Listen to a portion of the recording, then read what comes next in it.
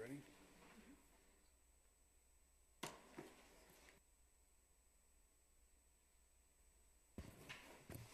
I'm going to go ahead and call this January 7th, 2019 meeting of the Whitefish City Council to order. Hope everyone had a happy and prosperous holiday and New Year. Welcome tonight. We will start with our Pledge of Allegiance, and I would ask Ben Cabin to lead us tonight.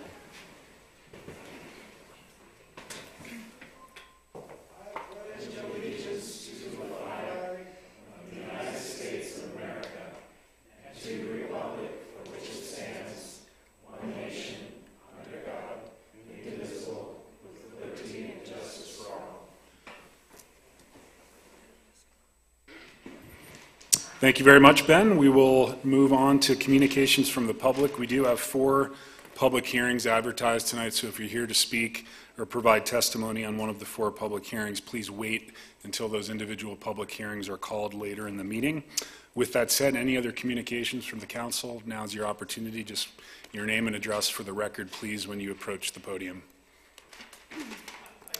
Just for the record as well, we will be continuing the public hearing for item 6A of our agenda, which is with regards to the 334 Central Avenue development project. Leo. Did you say you wanted public comment to wait until the public hearings are called? Oh, on those issues. Okay. Yeah. This is not on those issues. Okay. You do have a lot on the agenda tonight, and I printed this out. It's a proposal that I would like the council to consider. If you'd rather have me just pass it out. Microphone and name and address, please. Leo Keene, 514 Pine Place in Whitefish. Should I read it or should I? If you don't mind giving us an overview of what you'll be presenting to us. It's called, it's a proposal that I'd like the council to consider called a payment in lieu for tree preservation. I'm going to read it and get through as fast as I can. As our native trees fall to the housing developments around Whitefish, I think it's time we take a notice of what we are losing. I've spoken about my concerns at times before this council, in particular regarding the former grove at the south entrance to Whitefish, which is now a moot point as those trees were clear-cut. I realized that corner was just outside the city limits, so we had no control over it. What did happen, though, should be an eye-opener and a signal for possibly a new direction. As what happened on the south end of Whitefish occurred again on Wisconsin Avenue at the Corey Townhomes when those trees were also cut in a pile of trees that grew larger and larger. Discouraged me that the city council approved that development that was so dense that it was impossible to retain any trees whatsoever.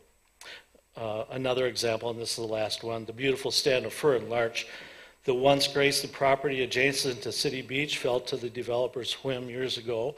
Not a tree left standing there either, including those that were presumably on city right-of-way property. Should those not have been preserved, or at the very least replaced? My point is we are not paying attention to aesthetics, the natural beauty of our town as we grow. I myself am involved as a participant in a 3-lot development on the north end of Iowa Avenue, which we've called Iowa Pines. I think it's on your agenda. We have divided this almost an acre lot into 3 single-family home sites. There are about 50 trees scattered across the property, Douglas fir, larch, spruce, and pine. I spent many weekends last summer on a man lift pruning the decadent and lower branches to improve forest health. Our intention throughout the project is to retain as many trees as possible. As a builder, I recognize the perceived value of mature trees on a landscape. As a neighbor, my goal is to maintain the park-like beauty of the neighborhood. And as a conservationist, I simply appreciate trees and can't build any other way. The owners of the property we are developing have paid about $35,000 payments in lieu for sidewalks and parklands. They have paid these fees willingly with the knowledge that their funds and ultimately the funds of the buyers go toward improving the quality of life for all in Whitefish by building and maintaining necessary sidewalks and quality parklands. Payment in lieu is a good regulation and we support. In fact, it might be time to add one more payment in lieu for tree preservation, and thus my proposal. Here's how I envision it could be implemented. Am I taking too much time? No, but if you'd like to hand us the proposal itself, we could evaluate it at the end of the meeting. Yeah. Should I continue or just hand it? I think you could just hand it to us. Okay. Leah, and we'll have the council take a look at it. That's the reason for the proposal and the. Appreciate that.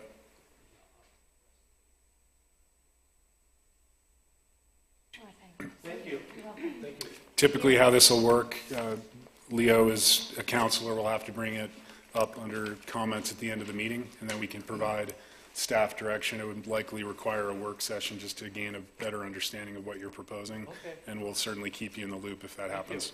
Thanks, Leo. Ben. Well, thank you, John, for introducing me before I got here. Ben Cavan, 2130 Houston Drive, now Whitefish, since you've annexed me, against my will. The reason I'm here to speak is not what Leo had to say, but I thought Leo Keene's comment about the clear cutting at the intersection of 40 on the way into town, that looked kind of disgraceful to me. It was always been a nice forest there, and suddenly there's nothing there. The subject I'm here about is recycling, and I've spoken to some of you about it. For years, I hired New World Recycling to haul off my stuff, paper, glass, metal, etc., plastic. But then, as you know, I'm sure, they went out of business in the fall. I guess November was maybe about the end of it. And you take everything but glass over here, so I would like you to find some way to deal with glass. I spoke with that Xanterra guy at the meeting at the lodge a while back, and he had some kind of a relationship with the place in Columbia Falls that was taking the glass. So he seems to me like as a resource in knowing the ins and outs of glass. But it would seem to me the city should do something, and you could, worst come to worst, put it on a train and send it to China or something. That's what I have to say. Thank you.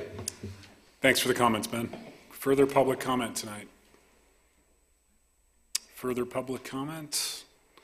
Go ahead and stay with the audience. Any volunteer board reports from the audience this evening? Not seeing any. How about council? Richard, anything tonight? I do. Just comments on Bike Ped, this being the first Monday of the month. There were three main items that came up at the Bike Ped meeting this morning, and the city is working on 4 major BNSF grants, and what they're trying to do is make sure that they can streamline the process, but our number one priority is going to be the Baker Street underpass, and that's our most critical, and then that ties in with the Depot Park master plan. The other is the environmental analysis is being worked on as part of the Fish, Wildlife, and Parks permit that WGM is now modeling the river, and so that we can begin hopefully construction in the fall of 2019 of the Riverbend section of the trail. And finally, if anybody's interested in looking on the city's website, the signs and posts for the trail signage have been verified. They were done. That was done last fall. And there's a tourism grant to support $12,000 of the project to include materials and labor. So things are moving along, and hopefully we'll see some signs up before too long along our trail, so people don't get lost and know where they're going and where maybe they've been. Great. Thanks, Richard. Further reports from the council? I have one to update you with. I'll try to be brief. You may recall when we closed on the Haskell Basin Conservation Easement, project, the multi-resource management plan that is a companion document to that easement under Section 5, which is the easement monitoring and reporting requirements.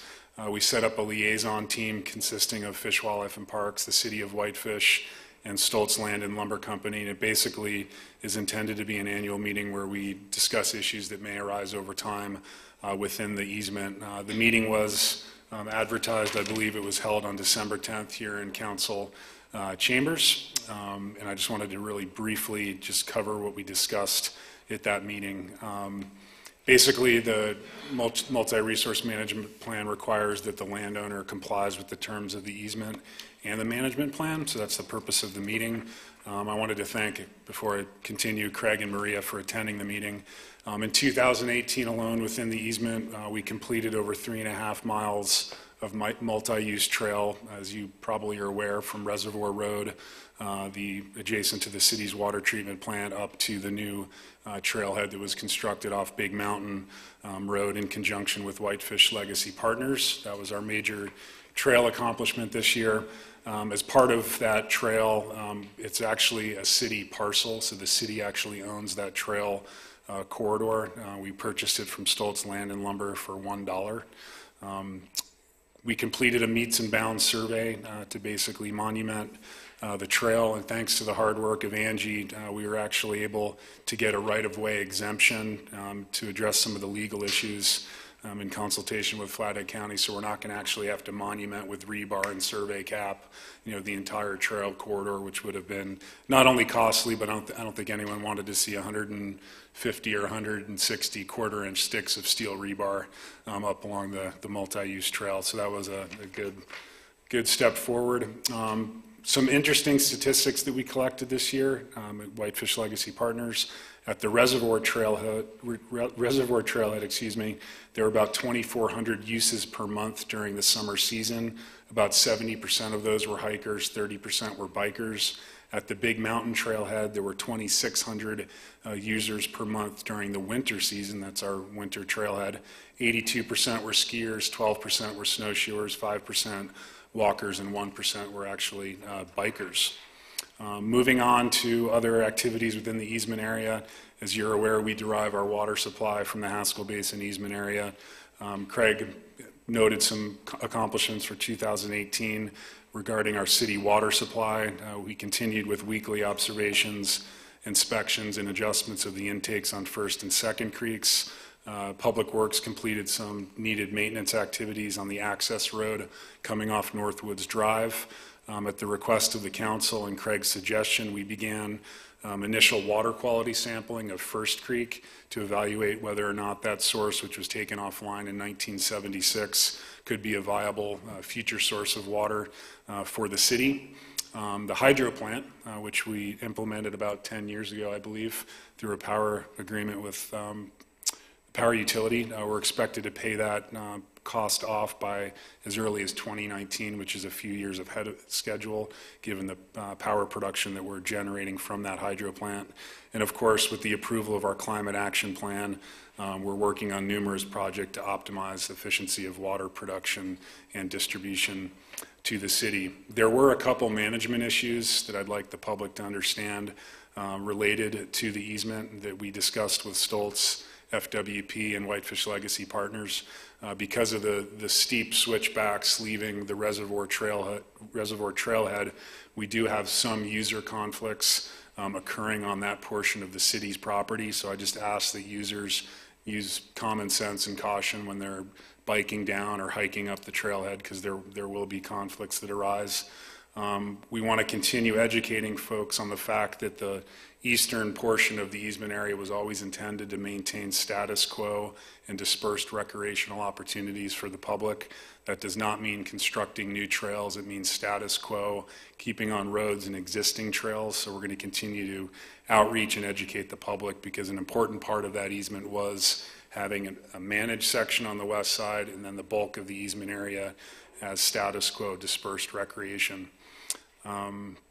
Wanted to thank Stoltz. I don't know if you've noticed, but they added additional parking off Haskell Basin Road, which has significantly mitigated some of the neighbors' concerns up Haskell Basin.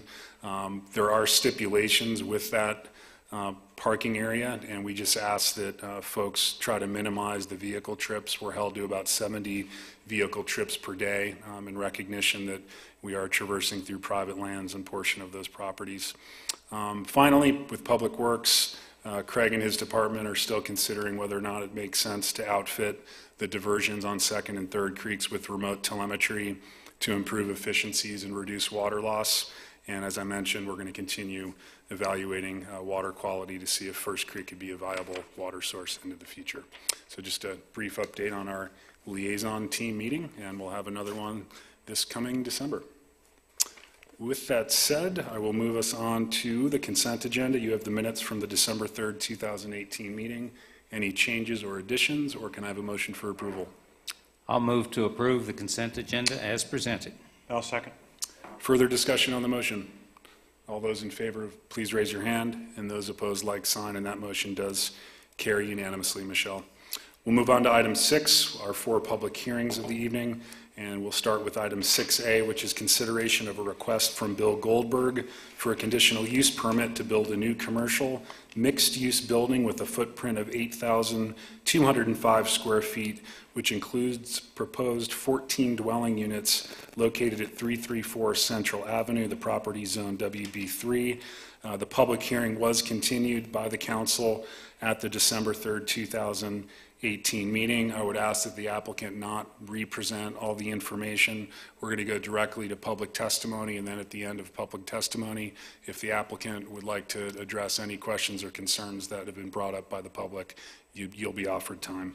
With that said, any public testimony on this item?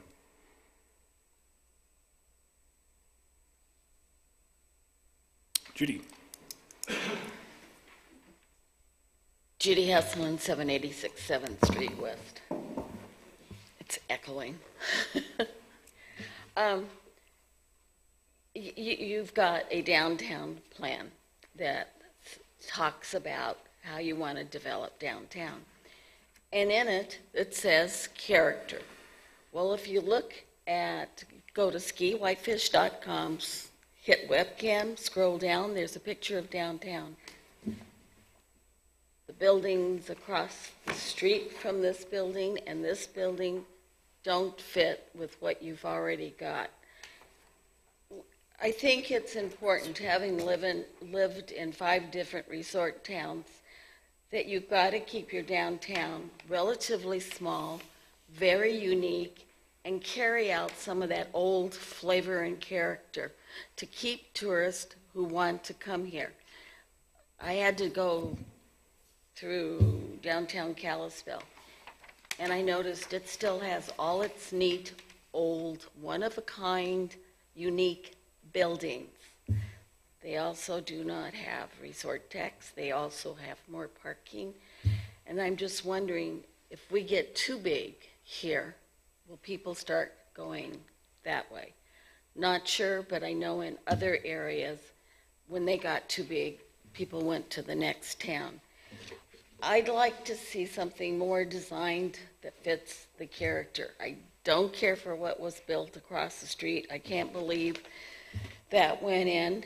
And the other thing is, do we really need more nightly rentals? Or are these going to be monthly rentals, long-term rentals, which would be a different song and dance, because we have quite a few. Also, I will say about this plan, he did have decent parking with it versus the Ruiz property across the street. So I'm for the parking. I'm for a lot about what he's trying to do with the building. He has kept some character. But we really need to think about how we see Whitefish. When I first came here, moose was on the loose. You don't see that anymore. Thanks for your comments, Judy. Who's next? Chris.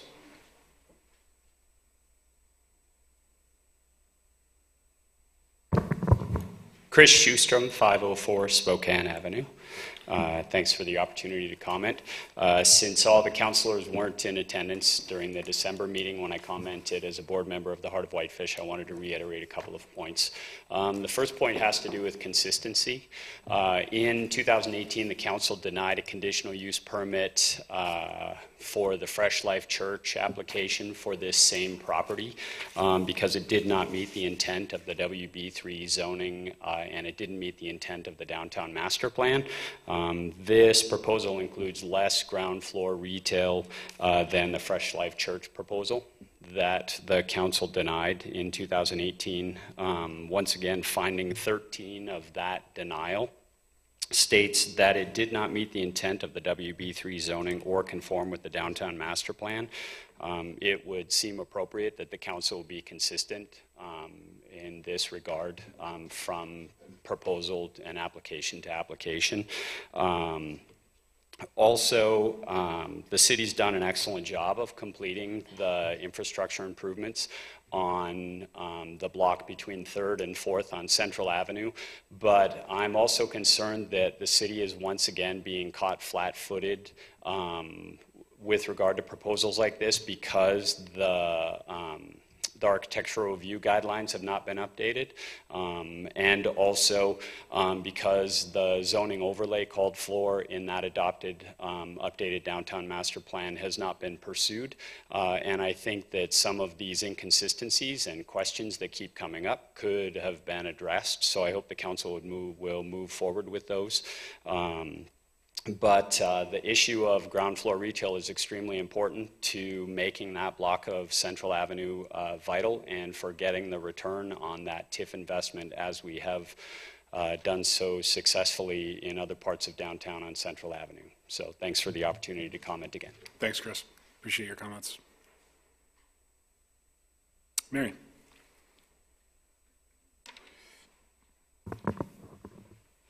Mary Flowers, Community Unity Planning, PO Box 3094, Kalispell. And just to be brief, Judy greeted me tonight and said I might speak longer than you usually do. So I'll keep it brief and just say that I support Judy's comments and Chris's comments. I think they're both right on and encourage you to not move forward with this development. Thank you. Thank you, Mary. Rhonda.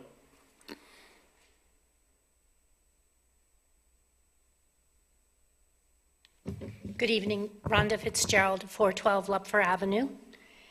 I also spoke at the last meeting, but since there were many people absent, and I attended the planning board meeting as well, but the minutes from that leave a lot out. They're very compressed, and so if what I'm saying is repetitive, I apologize, but I think this is a very important decision that you're about to make.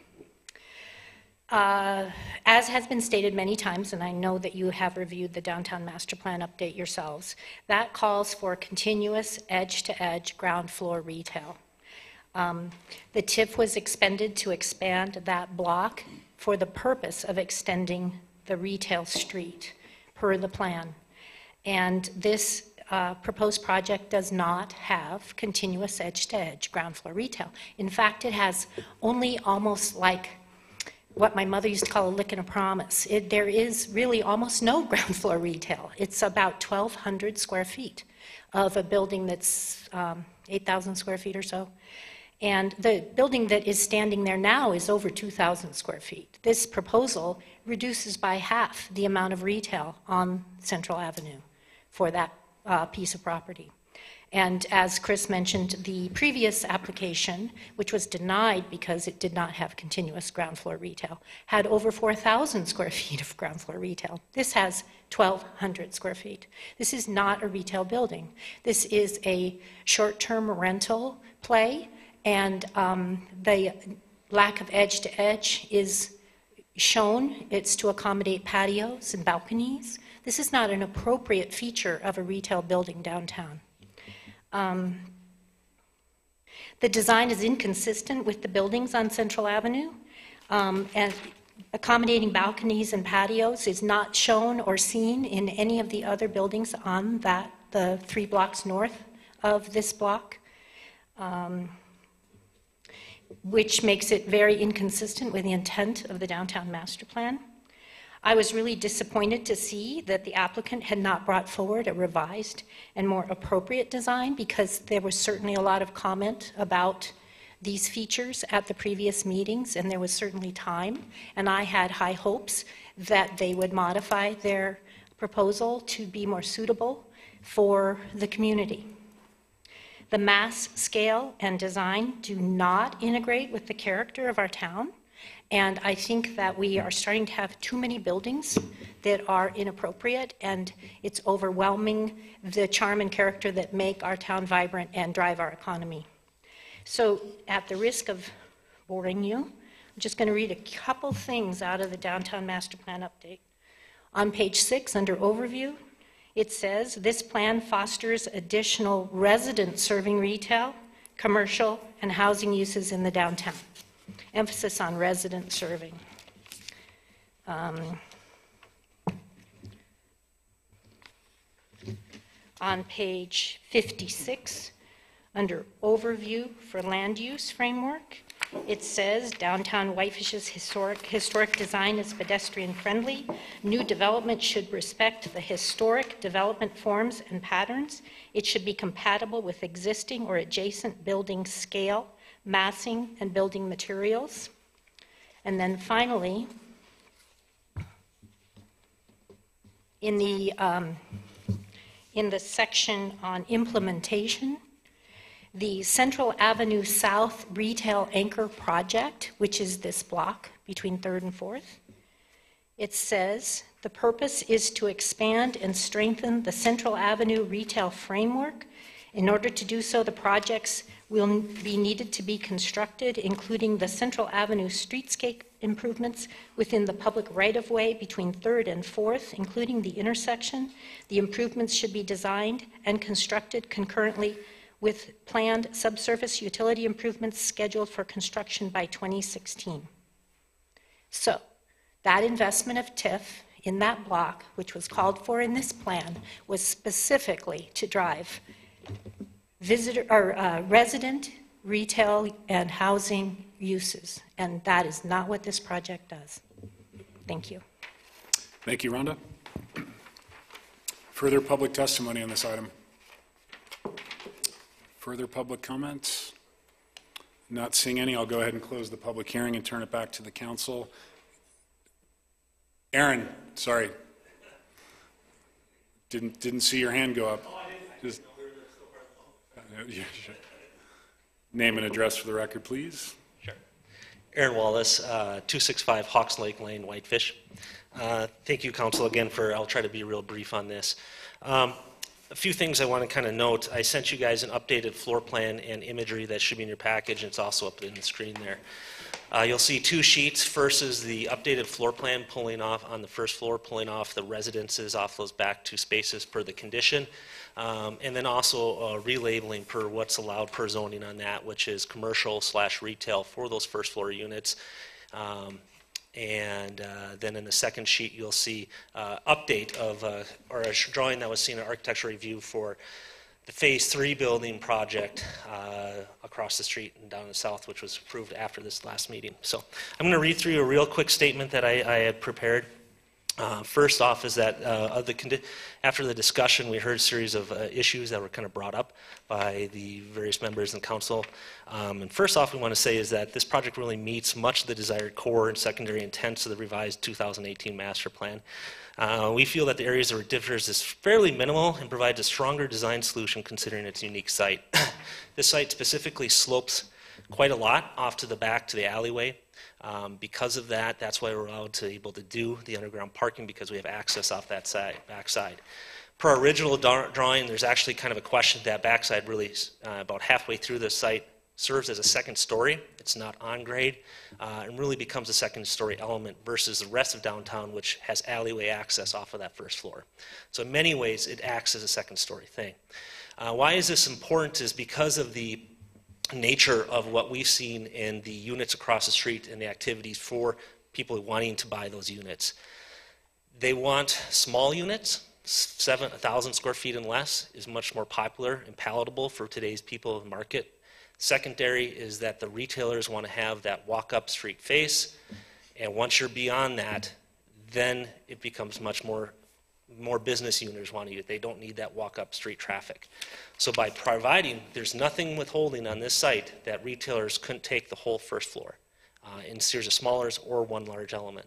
But what we want to do is provide flexibility so that multiple users, which is allowed per zoning, commercial business use, can use and occupy those spaces so it's not a quiet, dead building.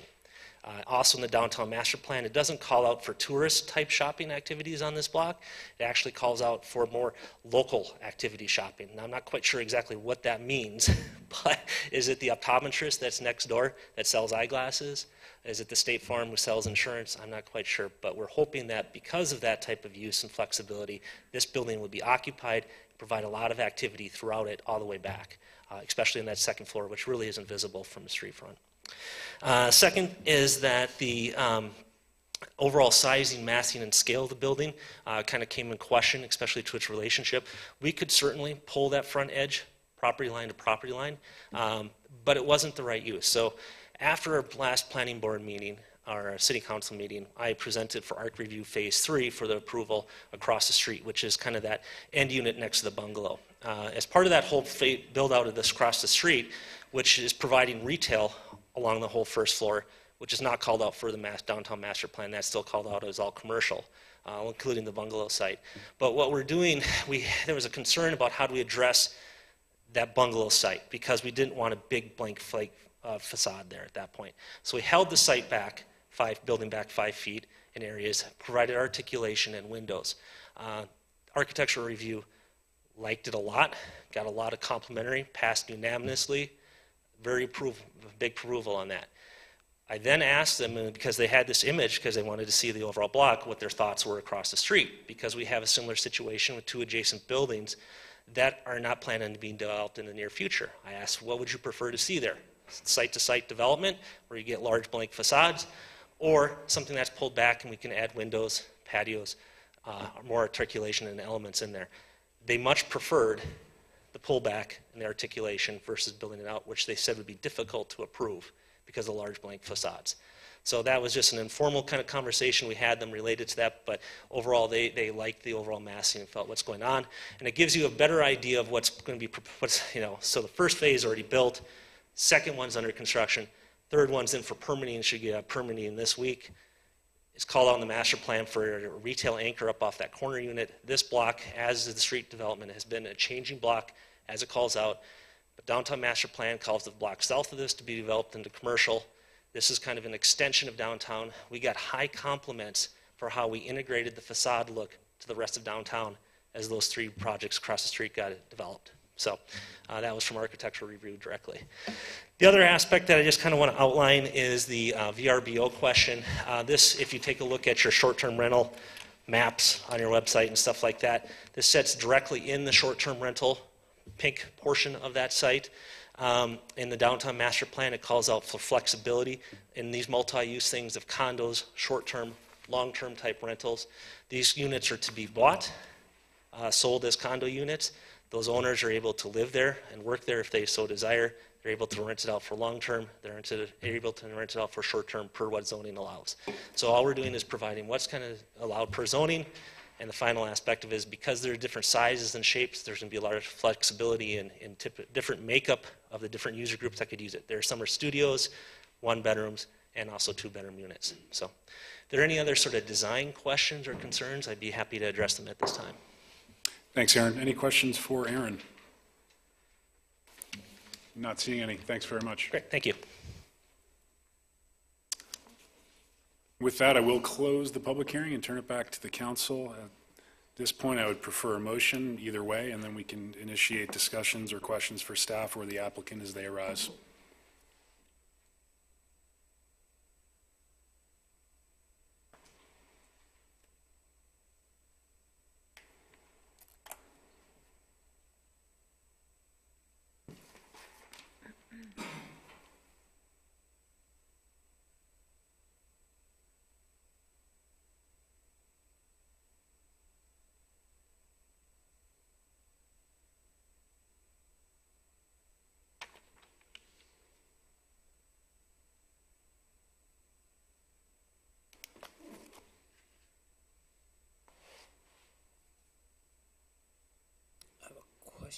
Richard?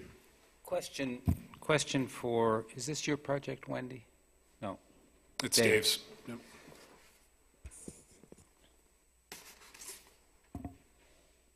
Given that this is a request for a conditional use permit because of its size, the permitted use would be for 4 residential units without the conditions And 7,500 square feet. at 7,500 square feet. Am I correct in my assumption then that an approval of the additional 8 units or all of the units could be made or could be conditioned so that short-term rentals would not be permitted? Is that correct?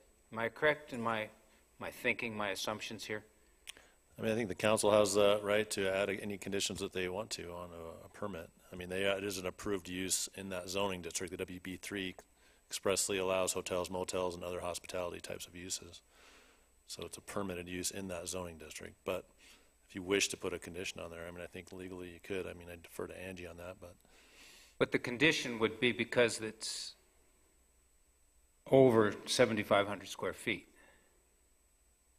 So if this proposal were less than 7,500 square feet, they would come in at 4 units, and it would be permitted. No conditions needed, necessary, or right. required. Yep. But the fact that it's well over 8,000, it is a legitimate condition to prohibit short-term rentals. That could be a condition that would be imposed. Am I correct? I think you could do that. I mean, you have to kind of develop a finding or a nexus for why you would deny that. That has been approved on other buildings that are similar conditional use permits. You know, downtown we've had several other mixed-use buildings that have had conditional use permits, like Mark Panacidis down on 2nd Street, for instance. But yeah, if you can find, you know, a finding or a nexus, I think that you certainly have the right to add that if you wish. Okay. Melissa? Related to what Richard was just asking, can that condition be created whereas perhaps you allow 4 short-term rentals due to the use by right that exists, but then any extra, or would it have to apply universally? I think it'd be curious, kind of difficult to pick and choose the number of units that would be allowed to do that. It'd be difficult to enforce as well, I think, without knowing which ones are which. But I think Angie, do you have a comment? I agree with Dave that you can condition it because it's a conditional use permit, but I want you to keep in mind that the whole purpose of conditions on a conditional use permit are to mitigate adverse impacts that the development may have. And so you would need to find some sort of nexus, some sort of adverse impact that you're mitigating by restricting them from having short-term rentals in a zone that short-term rentals are permitted in. Thank you. Aaron, I see your hand. The council's deliberating. Just patience for 1 second, and I'll call you back up to the podium. Richard?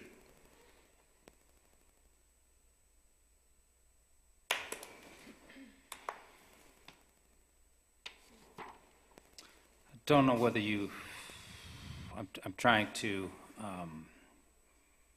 think in terms of approvals versus lack of approval versus conditions. And so I'm ruminating on that for a minute. Maybe ruminate on that, and I'll call Aaron back up to the podium. Aaron?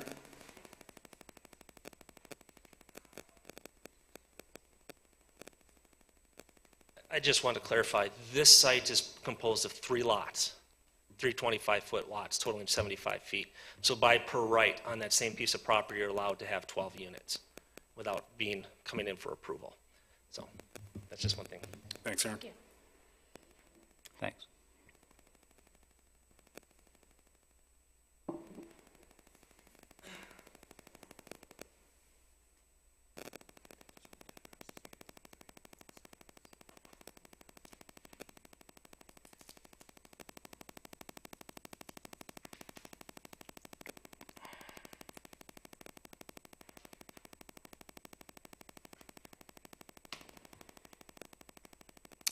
I'm ready for a motion. I would like to have robust discussion, and then I have some conditions. Yep. So I would make a motion to approve, subject to conditions. You want to take it?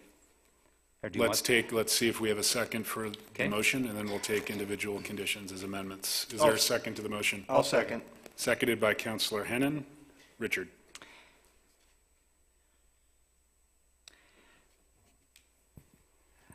This has been a difficult,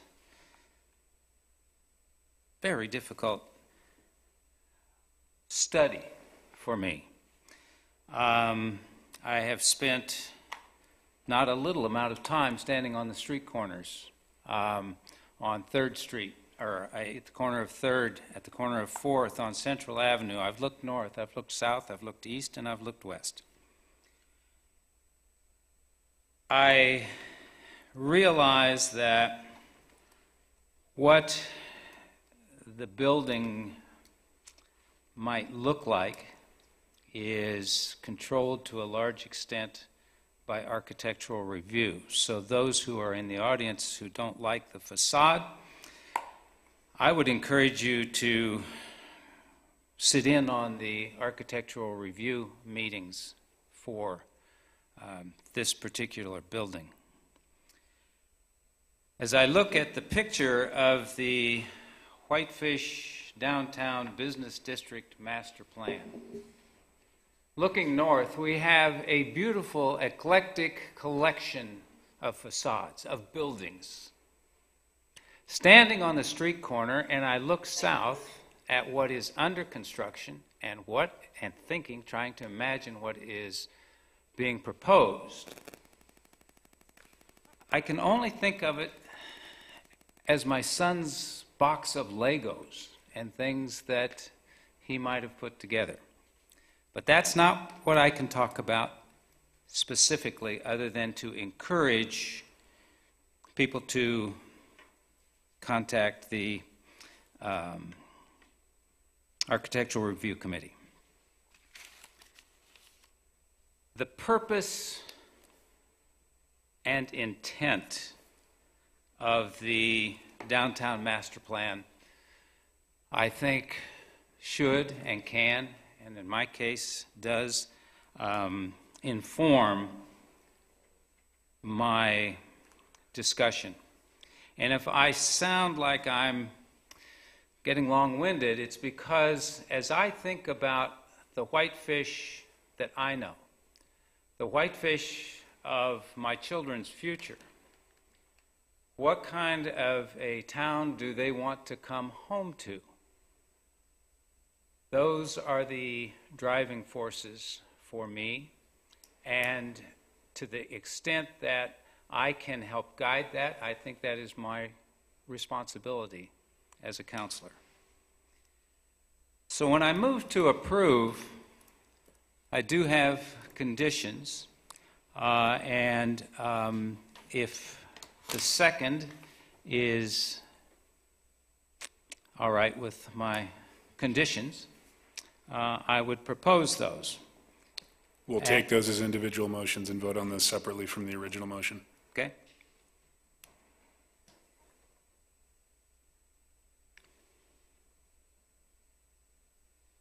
Condition 1, that the building shall be constructed lot line to lot line, north, south, east, and west.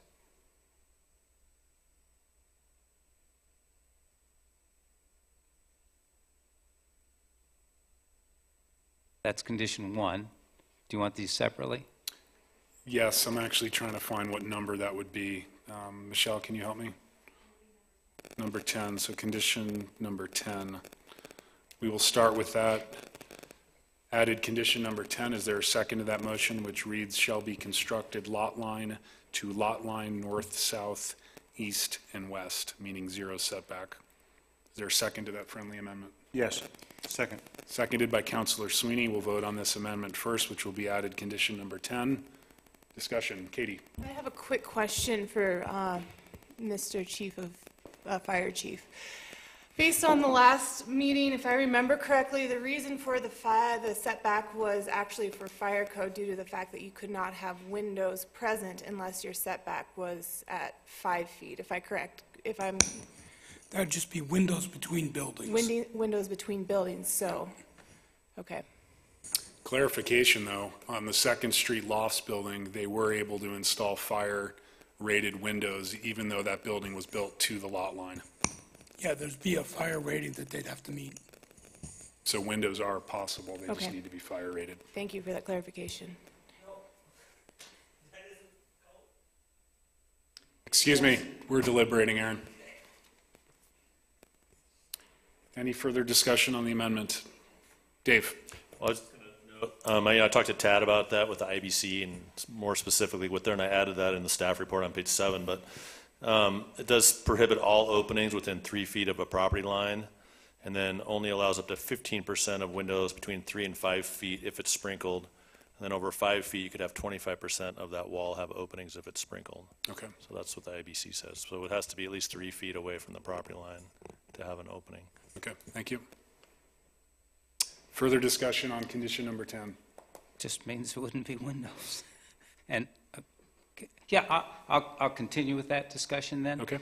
And that is that the next property to the north, that would preclude them from any design changes. I mean, it takes us out of that designs or architectural elements that we have on Central Avenue. And Central Avenue does not have any gaps between the buildings, and that's where I'm coming from. If we're going to encourage people to come down the street, and eventually it's going to build from, if this goes forward, from this building it'll develop to the north, and then eventually, I suspect, to the south. Thanks, Richard. Further discussion on the condition? Yes, just Frank. a clarification. This is with respect to the north, south, east, west, is first floor only or all floors? Oh, So second floor could have setbacks, side or? Well, the third floor has to be stepped back because it Right. goes to 45 feet, 20 So feet from the front property That would line. be fine too. Yeah. That's good. Okay, thanks. Further discussion on friendly condition number 10? All those in favor, please raise your hand. Those opposed, like sign. And the motion does pass on a 3-2 vote with Melissa and Katie voting in opposition. Richard? Condition number 2. 11. Or sorry, 11. This gets to the idea of retail versus commercial. And on page 15, again, of the downtown master plan, the map there clearly shows the shopping loop emphasis, Central Railway to 4th. So it's in that general area. Page 17 on the map, the west side of Spokane. Now keep in mind, this is the west side, of Central, between 3rd and 4th, retail. On the opposite side of the street, which it has the church on it, is a commercial/retail. So my reasoning is that in continuation, on page 19, the map indicates the retail anchor projects between 3rd and 4th. And on page 60, ground floors of all indicated block frontages should be limited to retail uses exclusively. Central 3rd to 4th is a retail anchor block. And the development standards, the bulk amassing structures should be cited to provide continuous edge to edge, and we've already addressed that. Therefore, my condition that it be the first floor be exclusively retail. I'll second that. Seconded by Councillor Sweeney, which will be condition number 10, that the first floor be exclusively retail type uses. And that was seconded by Councilor Sweeney. Discussion. And do you need further detail front to back or not? I think that's okay. Stated in condition number 10. Further discussion on the friendly amendment? All those in favor, please raise your hand. Those opposed, like sign. And the motion carries on a 3-2 vote with Ryan and Katie voting in opposition. So we have conditions 10 and 11 added. Anything further, Richard? No. Good. Council? Brings us back to our original motion for approval as amended with conditions number 10 and 11. Further discussion? Richard? Yeah, I want to be sure that as we vote on this, well, we'll vote that that contains these two conditions. And again, I just want to be sure that architectural review really takes a look at the character and the nature of what our city's going to look like in the future. Couldn't agree more. Further discussion? All those in favor, please raise your hand. Still voting, I'm thinking. Those opposed, like sign. I'm thinking. I'll approve. And the motion carries unanimously. Thanks, Katie.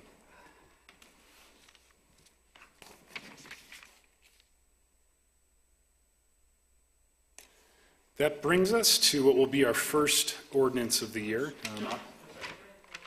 No.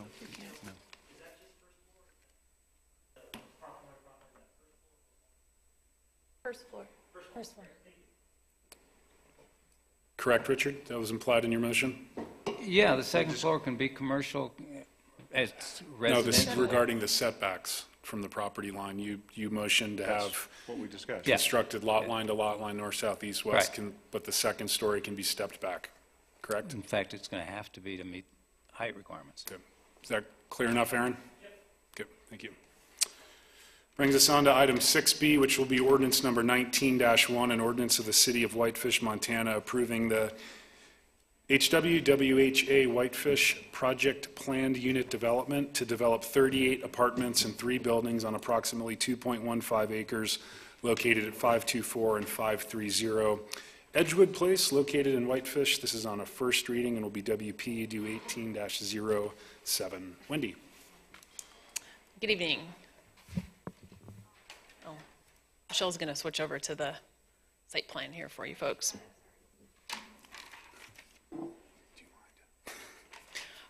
So the request before you is a residential PUD to develop 38 apartments in 3 buildings on 2.15 acres. Now, the site plan's up there for your review. Homeward, the applicant was awarded a low-income housing tax credit, LIHTC, from the Montana Board of Housing in November of this last year. The award of $6.7 million will provide rental housing for Whitefish residents with an AMI area median income of 60% or less. Whitefish was one of 19 applicants, and only 5 projects were awarded across the state of Montana. We did do a rezone back in October to facilitate the redevelopment of this site. So there are 3 different buildings, as you can see on the site plan. Building 1 is located parallel along Edgewood Place, will be 2 stories and have 3 units. Building 2 is on the eastern portion of the property and perpendicular to Edgewood Place. It'll be 2 stories and have 11 units. Building 3, which is located in the northwest portion of the project, will be 3 stories and have the remaining 24 units. The gross density of this project is 17.67 dwelling units per acre, and all the units are restricted, targeting the AMI of 60% or less. Access to the site is proposed to be off of Edgewood along the south and Woodland Place on the north of the project. No right-of-way development is required or proposed for this project. The units will be served by an internal parking lot and driveway, and sidewalks are located within the parking lot, connecting both the north and the south rights of way. Off-street parking is provided within the parking lot of 57 spaces, so that's an overall rate of 1.5 spaces per unit. The spaces identified for building 3 will also have a single car garage, but no other spaces are covered in the development. Open space areas are located throughout the development, including smaller areas surrounding the buildings, a small playground to the south of building number 3, and the applicant is also proposing a community room on the south side of building number 2. Finally, the northeast portion of the site plan, you'll notice, is being reserved for future development. They've kind of shaded in about 14 units that could potentially be developed in this area. There's no immediate plans for development of this lot, and it will require a land use application prior to any sort of development. The applicant is requesting 3 zoning deviations to off-street parking, building height, and setbacks. The off-street parking requires multifamily units to have, as you know, 1.25 spaces for a studio, 1.5 for a one-bedroom, and 2.33 for two-bedroom and up. The applicant's proposing 1.5 for a total of 57 spaces compared to 79 spaces that the zoning regulations would require. The proximity of the site to services and transit make it an ideal location for people with less vehicles than one typically finds in a more suburban neighborhood. The applicant has considerable experience with affordable housing projects across the state of Montana, and their projects have ranged from 1.39 to 1.67 parking spaces. They found that the low end is just a little bit too low, and the higher end is more than what's been needed, and so they're proposing a standard that's right in the middle. The maximum building height, as you know, is 35 feet across the city. The applicant is requesting a maximum of 43 feet for building number 3, which is the 3-story building in the northwest portion of the property. The reason for this is to design a more aesthetic building with a gable or hip roof that will better fit into the existing neighborhood. And then finally, the side yard setbacks for buildings 1 and 2. The side yard setbacks for triplex and greater in the WR4 is 15 feet, and the applicant is proposing 10 foot for these 2 buildings. In exchange for the zoning deviations, the applicant's providing 100% affordable housing for an AMI of 60% or less. The property, again, is located at 524 and 530 Edgewood Place. The property is zoned WR4. It was a former mobile home park that's been abandoned a number of years ago. We did notice adjacent landowners, advisory agencies in place illegal in the pilot. We did receive, right before planning board, a letter concerning transportation on that Woodland Place that really functions more as an alley than an actual street. And then we did receive 1 letter in support recently as well. So these projects are reviewed according to the criteria in the zoning regulations. Some of the stuff doesn't apply because it is an infill redevelopment type of project. There's no environmentally sensitive areas. There's no crucial wildlife habitat. They are providing open space, 34% of the site, to serve the residents. They're proposing a play area. It hasn't been designed yet, but they're hoping to put some sort of a playground facility. South of building number 3. And then the project is also in an excellent location to take advantage of neighborhood parks and trails. The project has been designed to preserve and protect the character of the existing neighborhood. There's a number of multifamily buildings. They've placed the larger buildings in the back near the other larger buildings surrounding the site, and the lower scale, smaller buildings adjacent to the Edgewood Place and also existing single-family homes. The applicant also hosted 2 neighborhood meetings, which is above and beyond what we typically see for these types of projects, with some designs and got some neighborhood feedback, and so received positive comments. I'm sure you'll hear more about that later on. There's no street improvements needed for this particular project. All the frontage improvements are in place, and Woodland Place does function as an alley with limited right-of-way. The TIS at full build-out indicated that the intersections will continue to operate with an acceptable level of service. And the TIS does not recommend any road improvements, but suggests that Woodland Place be an exit-only alley. So on Wisconsin Avenue, you'll no longer be able to make a left in or a right into that alley. You'll have to go around the block, but you can still exit out of that street. So Edgewood Place, again, has been improved. It was redone in 2002, 2003. There's sidewalks, street trees, boulevards.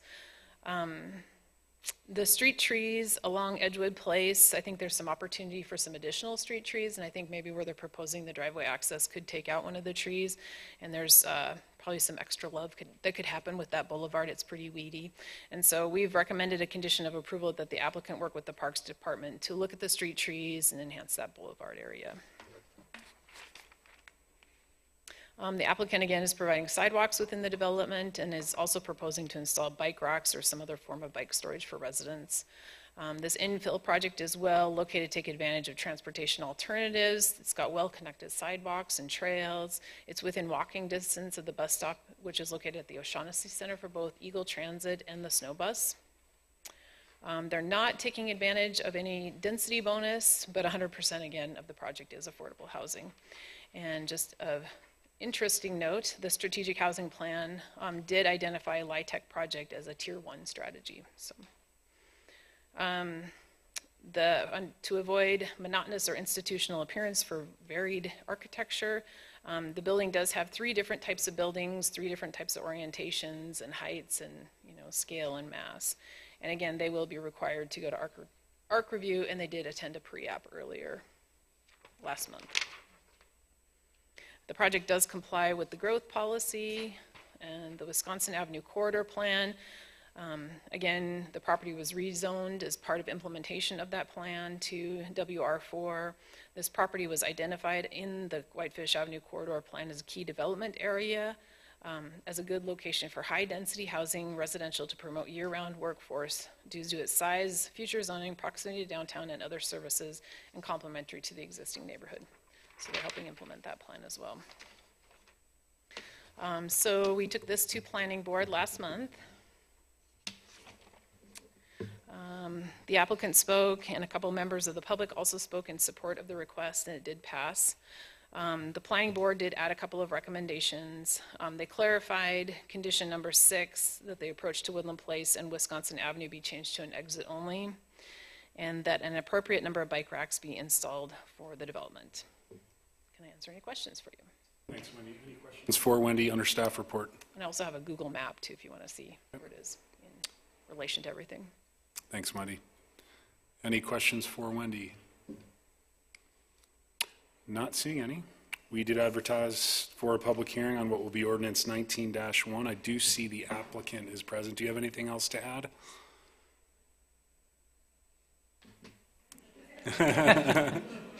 You drove all the way up. You might as well.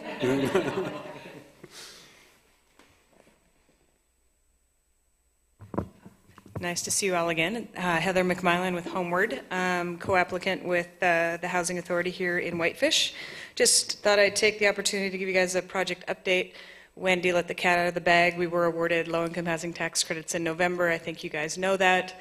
But we also were awarded housing trust funds for the project last month, and we are waiting for our home award. Hopefully we'll be getting that in the next week or two. So maybe in a couple weeks I can tell you guys all of the project funding is in place. We are at about 90% of project funding, but we have Jacola working full speed ahead on design development right now, and we should be looking to bid the project come May. We're hoping somewhere early May or quicker, but we're working through the design development depending on architectural review and this PUD application. But I would be remiss if I didn't say an absolute thank you to the city of Whitefish for purchasing the property and holding the property for this interim period until we can close and start construction. It's something unique that jurisdiction do that for us and for a project like this, and it helps immensely. So thank you guys very much. We really appreciate it. It's not a small gesture. So, and it's we're using you guys as the shining star example around the state when we talk about housing policies. So thank you very much. So I'm here if you have any questions, and so is Toby with Jacola as well. Thank you, Heather. Thank you. Appreciate it. Richard? Don't go away. Thanks, Heather. You tried to make the escape, but that's okay. No, I would like to, I'm considering a condition number 14 on bike racks. Okay. But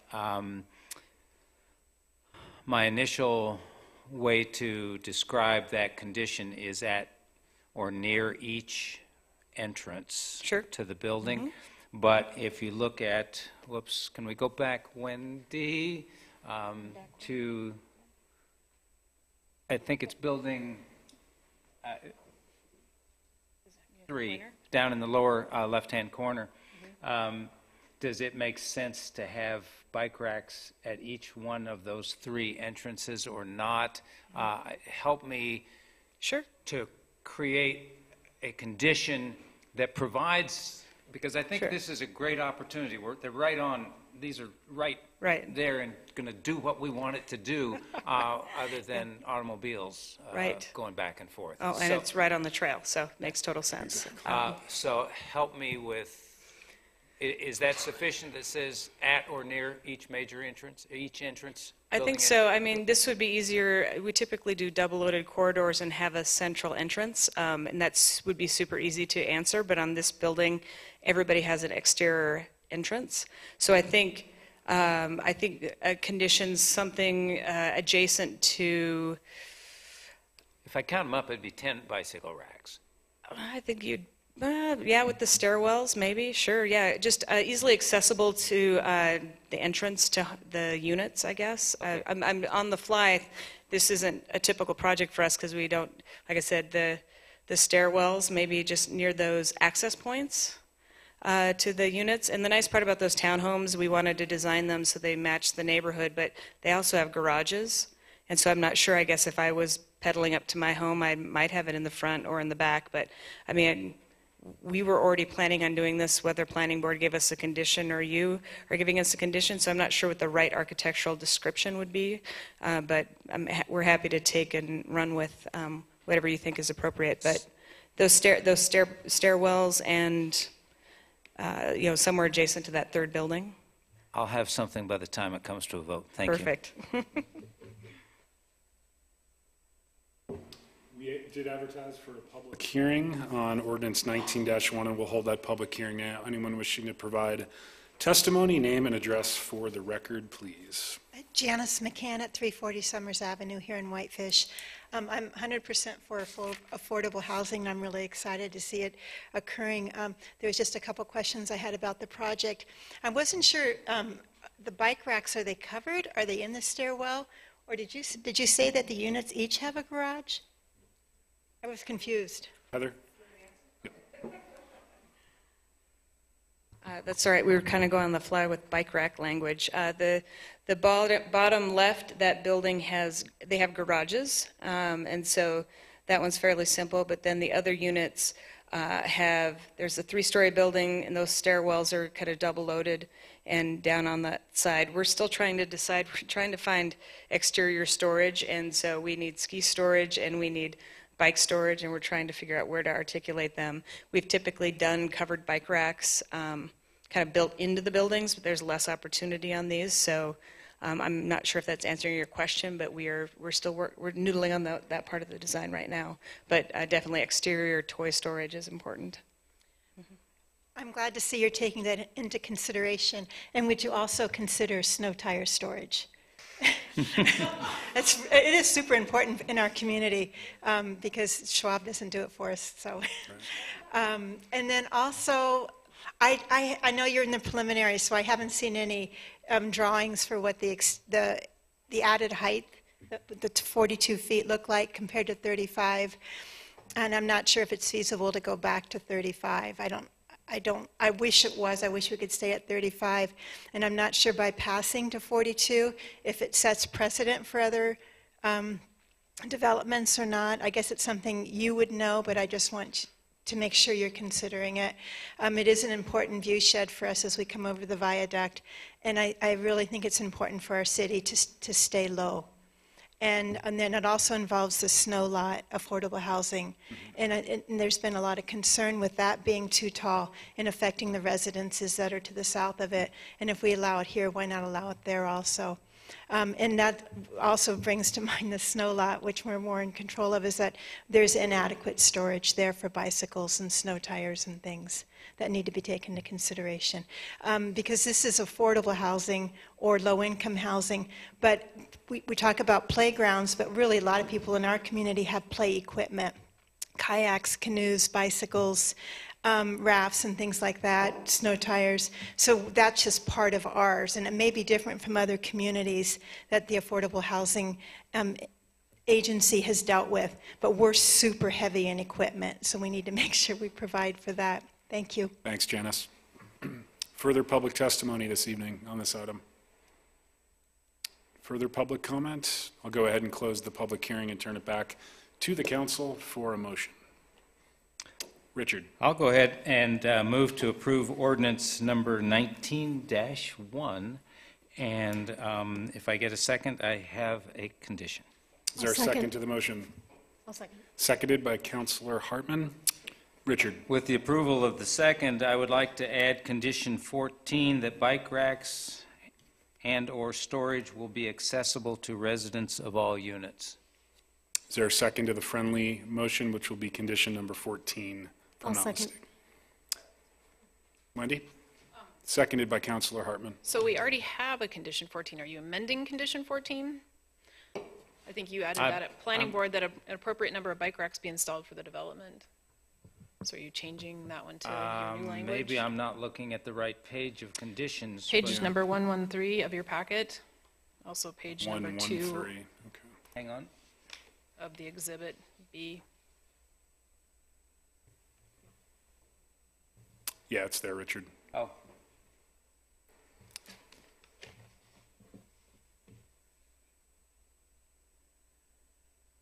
On page 113? Of the packet. 113 of the packet. Condition number Oh, sorry, 14. it's on page 117. Yes, that works for me. I was just on the wrong page, which is not, I've been known to do that before. Would you like to withdraw your motion? I will withdraw my That's okay with motion. the second? I'll withdraw my second. Okay, which brings us back to the original motion. Any further discussion? All those in favor, please raise your hand, and those opposed, like sign, and the motion does carry unanimously. Michelle. Thanks, Heather. Thanks, Toby, for coming. And thanks, Ben and the Whitefish Housing Authority. We will move on to item number 6C, which will be ordinance 19-2, an ordinance of the City of Whitefish, Montana, amending ordinance number 18-01, which approved the 95 Caro LLC preliminary plat and planned unit development to develop a 22-lot mixed-use development at the north end of Caro Avenue at the former Idaho Timber property located at 95 Caro Avenue in Whitefish. This will be on a first reading and will be referenced as WPUD 18-08. Wendy. Okay. So last year, January 2nd, 2018, you folks approved the ordinance for the 95 Caro preliminary plat with a PUD overlay, subject to 29 conditions of approval. Since that time, the applicant's been working to meet, working toward final plat and meeting the different conditions. So the applicant is now requesting a minor amendment to the PUD to add clubs, private and semi-private recreation facilities to the list of permitted uses within the development. The purpose of this request is due to the applicant working with a possible tenant for the 95 Caro project in order to develop a wellness institute. According to the application, the Wellness Institute could contain an aquatic center, snack and juice bar, small ancillary retail, spa space, and conference space. The use of clubs, private, and semi-private recreation is a conditional use permit in the WT3 portion of the project, but not within the WIT. So the tenant's interest in locating the Wellness Institute would be in order to blend that use across the entire PUD. The city code does define clubs, private recreation, and semi-private recreation facilities in the zoning regulations. No other changes or amendments are being requested. The site plan will remain the same. Access, parking, building layout is unchanged.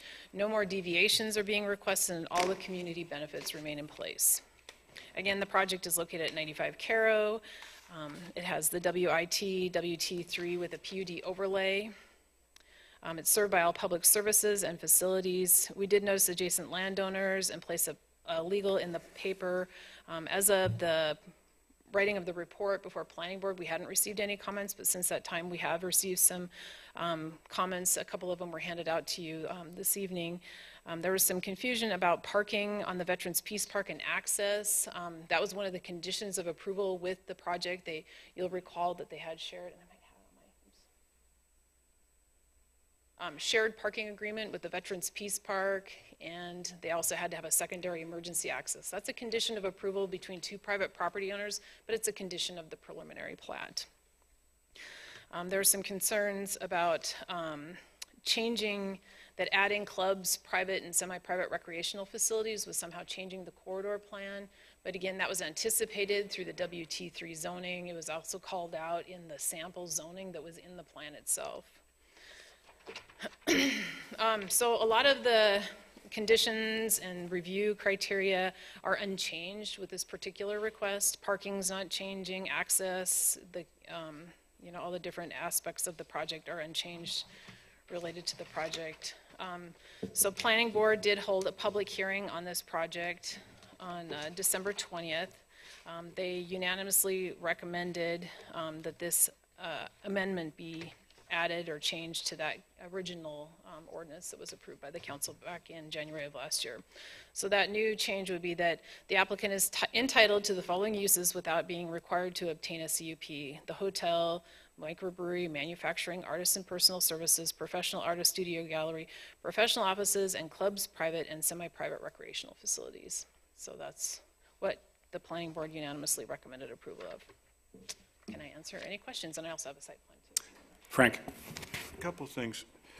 When we say clubs, semi-private and semi-private recreation facilities, is the clubs separate from recreation facilities? Yeah, all three are defined separately in the zoning, but for whatever reason, in all the different zoning districts where this particular use is allowed, it's all kind of lumped together in one line item. When they came to us and described what they were thinking about doing and what they wanted to do, the only closest definition was this clubs, private and semi-private recreational facilities. Similar to the wave, that's exactly what that is. Okay. Is there any limitation on how much of that, or is there any suggested limitation on what portion of that site plan can be covered by, in total, of clubs, private and semi-private recreation facilities? Well, they have submitted a site plan, which is up on the screen, indicating where the different types of uses will be, and parking is always the limiting factor.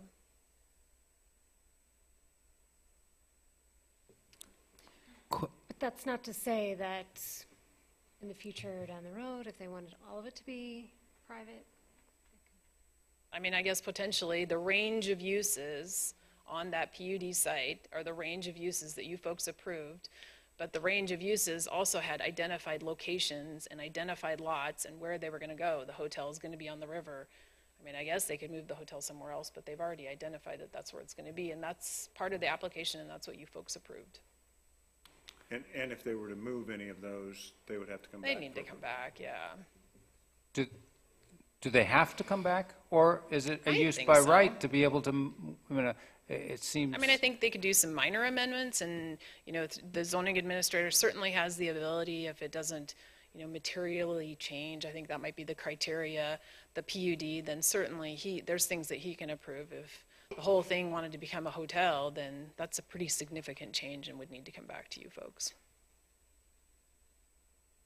Further question? But if a parking moved 5 feet one way or 5 feet the other way, that's pretty insignificant. I'm not worried types of about things. 5-foot movements, but I am worried about major movements. And those would come back to you. And what constitutes major? Not 5 feet? 10 feet? 15, 20? I think it's up to, I can't remember what the zoning says. There's a specific thing in the zoning that talks about that. Are you looking for that, Dave, or, okay. In the meantime, what's the difference between private and semi-private? What are the definitions of semi-private? And I see a difference between, I can't quite... So private is more like a homeowners association, like the, up at Suncrest, I think they have like a racquetball court thing, I believe. Iron Horse has, I'm sure, some sort of private things that only their homeowners can use. Semi-private is more like the Wave, where you pay a due. You can become a member. It's not just open, free to the public. You have to become a member. But the Wave is a city facility, leased to It's the Wave. operated as under the definition here, it would be considered a semi-private. Because it says nonprofit clubs in the definition. Okay. It's run by a nonprofit. So this would have to be run by a nonprofit? Well, it just says private recreation areas and ownership practices described herein, nonprofit clubs and organizations which cater to a specific membership and whose usage is generally not open to the general public for a fee or otherwise permitted. Okay, thank you. Further questions for Wendy? John, I have that. So under, with the PUD, a substantive modification, which would have to come back to the city council, shall be by amendment of the PUD, and that includes, but is not necessarily limited to, an increase in the number of units or density, reduction in open space, alteration of buffers, additional deviations from standards, further encroachment into environmentally sensitive areas or buffers, major changes in access and or circulation, or reduction of project amenities. And then minor modifications may be approved by the zoning administrator. And they have to be inconsequential to the proposed development, and the impacts associated with the proposed project are unchanged or diminished, and then no other issues associated with the PUD approval are compromised. Thanks. Thanks, Dave. Further questions for Wendy or Dave? Thanks, Wendy. We did advertise for a public hearing on what will be ordinance 19-2. Casey or Bruce, do you have anything to add to the staff report as the applicant?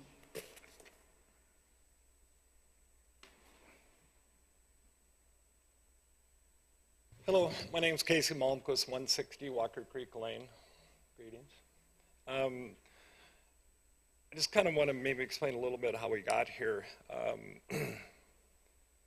We were approached by an interested party for the hotel kind of restaurant piece. And they kind of put forth this idea of a wellness center. And we sort of looked at how would we incorporate that in, you know, those sort of spaces and locations. And it just, we struggled a little bit with space and size and fitting that all in there. In the overall concept, just speaking very candidly, we, as a group, we sort of struggled with, you know, specific use with the marketplace, and then this very unique and creative blend of sort of the light industry, artisanal thing. And for me, and a large part of our group, the idea of the wellness thing, which quite frankly I think is sort of a very nice reflection of the community of Whitefish, I had sort of a snap to aha moment, and this gave a lot of sort of credence and impetus to those functions. So now there's sort of a theme or a purpose to this, and where the artisanal could be relative to the wellness concept. So, I mean, things like that have happened here in the community already. I mean, the lip balm, you know, recreational equipment, you know, even food, healthy food, manufacturing, clothing, art. I mean, all of this sort of based on this theme of wellness. So, grasping on that concept, and then, you know, taking this very large building we have there and sort of repurposing it in a positive and a creative way, that kind of provided ample space to provide for the facility, which is a bit of a water feature, recreation, gym thing. Seems very appropriate. We're still going to have, you know, a major portion of the marketplace functions there as well. So this made sense to us. And recognizing that this was a change to the PUD, we went and met with staff and said, is this administrative, or is this something we need to, you know, go back with? And they recommended that we go back. And they've applied the label to it, and I think that's been part of the challenge here, is just like what this label means.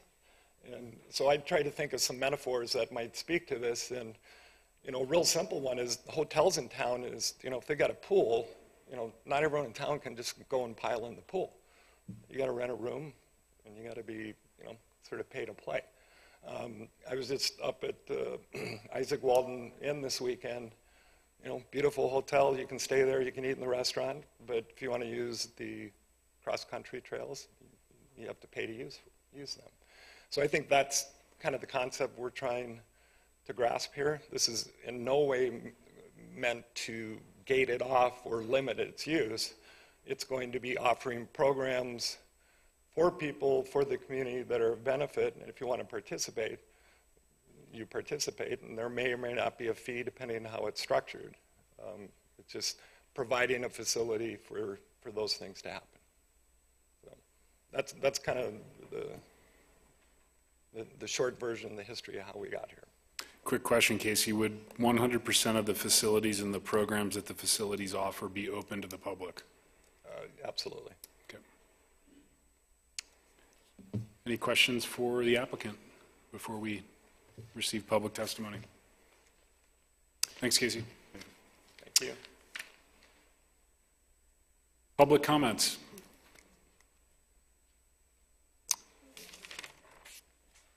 Mary.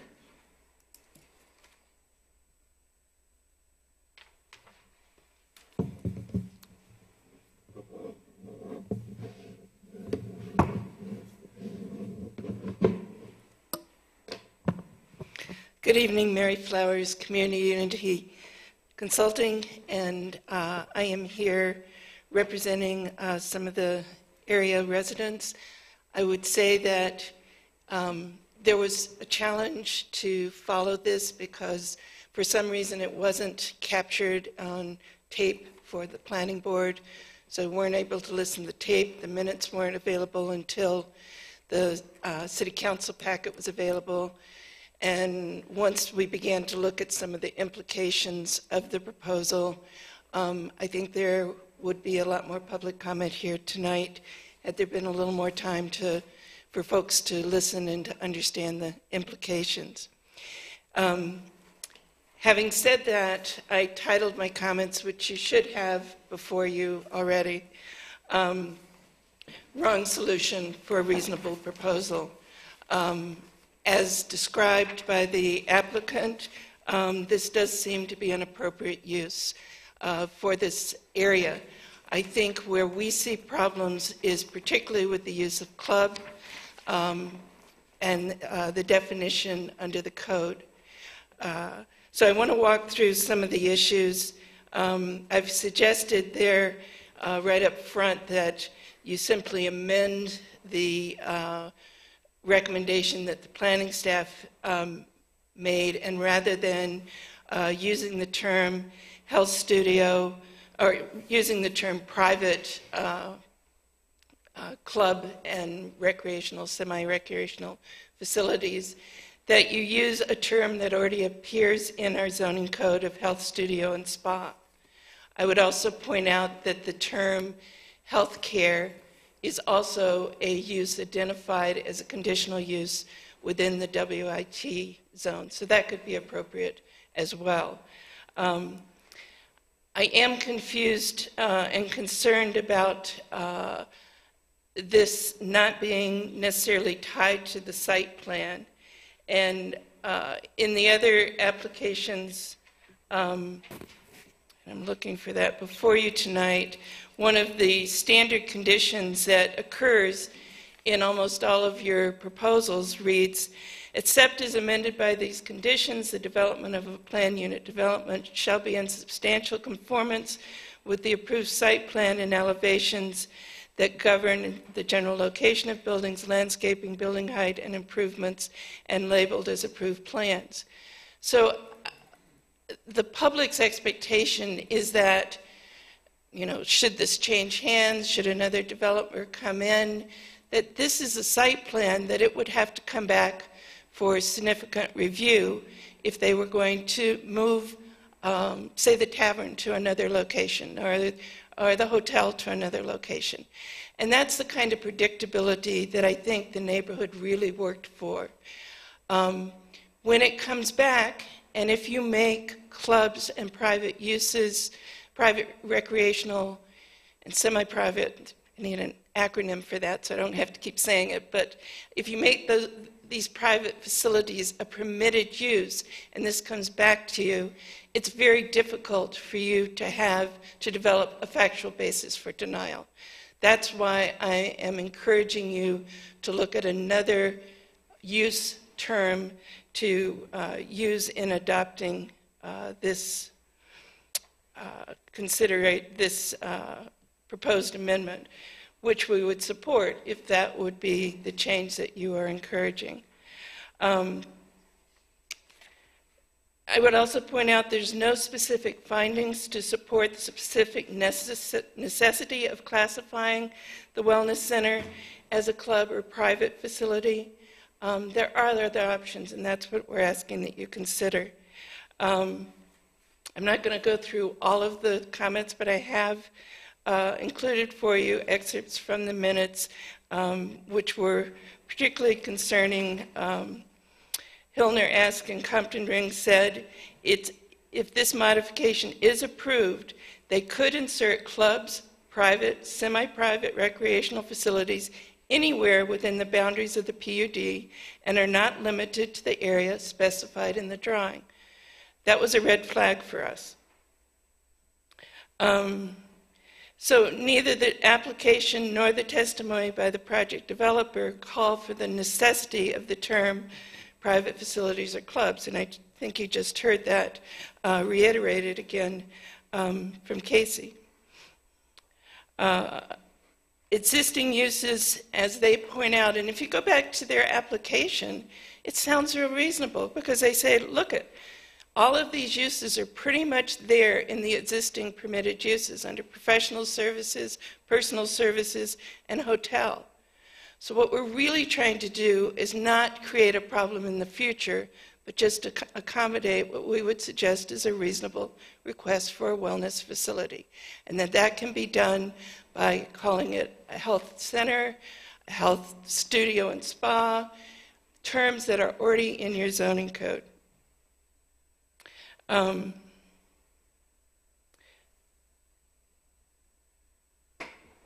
Under your, as I understand it, this was approved under the former PUD regulations, and I've included the wording under those, which allows any other, for you to approve any other use for which justification can be derived on the basis that the use will be compatible and harmoniously incorporated into the unitary design of the planned unit development. That, I think, gives you the authority to use a term in your code and not be locked into the one that has been suggested. And I've also included, should you want to go there, the definition that the county uses for health club, which I think incorporates a lot of the intent of what I understand the wellness facility would be. But again, under your professional and personal services, your hotel, you already have a lot of those uses covered, as the applicant has argued in their application. Public uses should be encouraged. I'm pleased again to hear Casey reiterate that these services will be open to the community. That makes it integrate into the welfare of the community much more carefully. I think what doesn't integrate in well is this term of clubs, and that goes against the goals that were cited in the staff report, where it says to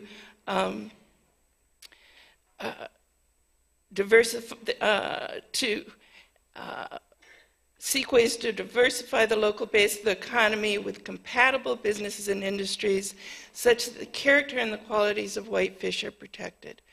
Private clubs are not a characteristic that is necessarily, it can be abused, and that's, I think, the neighborhood concern, is that that term becomes something that is abused in this development.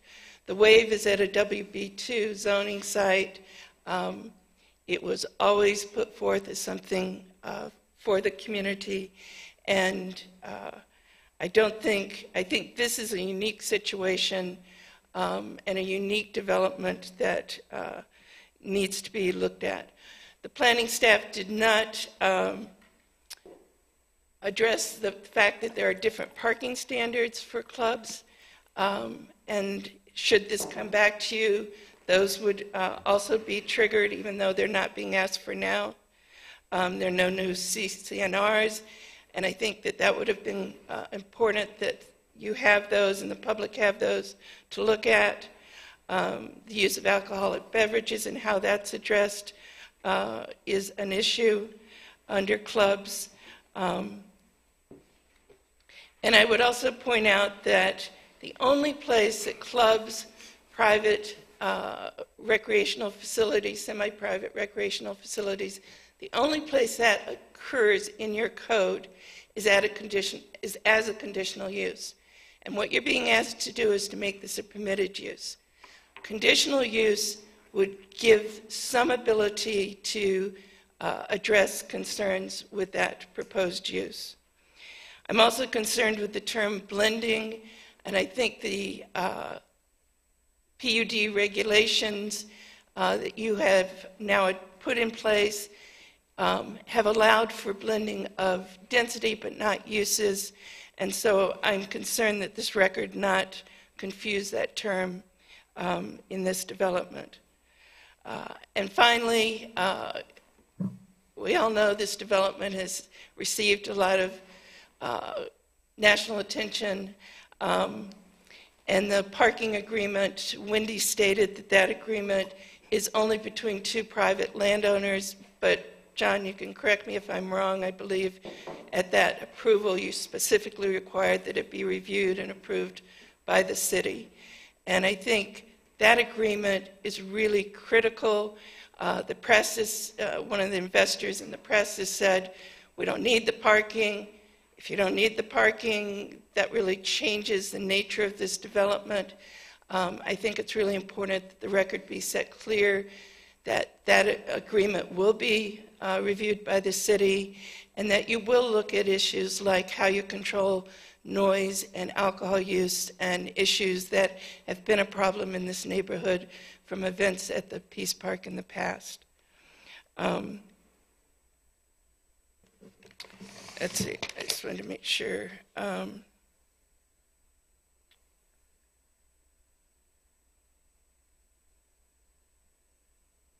So I guess in conclusion, I think there's a simple solution to this, and I would encourage you to look at approving this, but amending the recommendation before you to include a different term that is more suitable to the use being proposed. Thank you. Thanks very much, Mary. Further public testimony tonight on this item. Ben.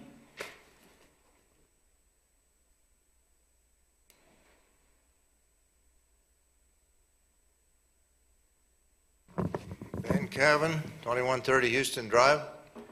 I'm not rehearsed on this subject at all, but the thing that strikes me is the river. I love to go up and down the river on the other side over there, and it seems to me that this project is kind of blocking the river, and there ought to be some passageways here and there. Ben, do you mind standing at the podium, please, just so your comments are entered into the record? I was pointing. Wasn't pointing at what's behind you, but it seems to me there ought to be some access ways to the river and made cheery and beautiful, and I love the river on the other side, which I can go by Richard's house and go up that way. So my advocacy would be to change the layout somewhat so you have more, you involve the river. How's that? Involve the river. Thanks, Ben. Rhonda.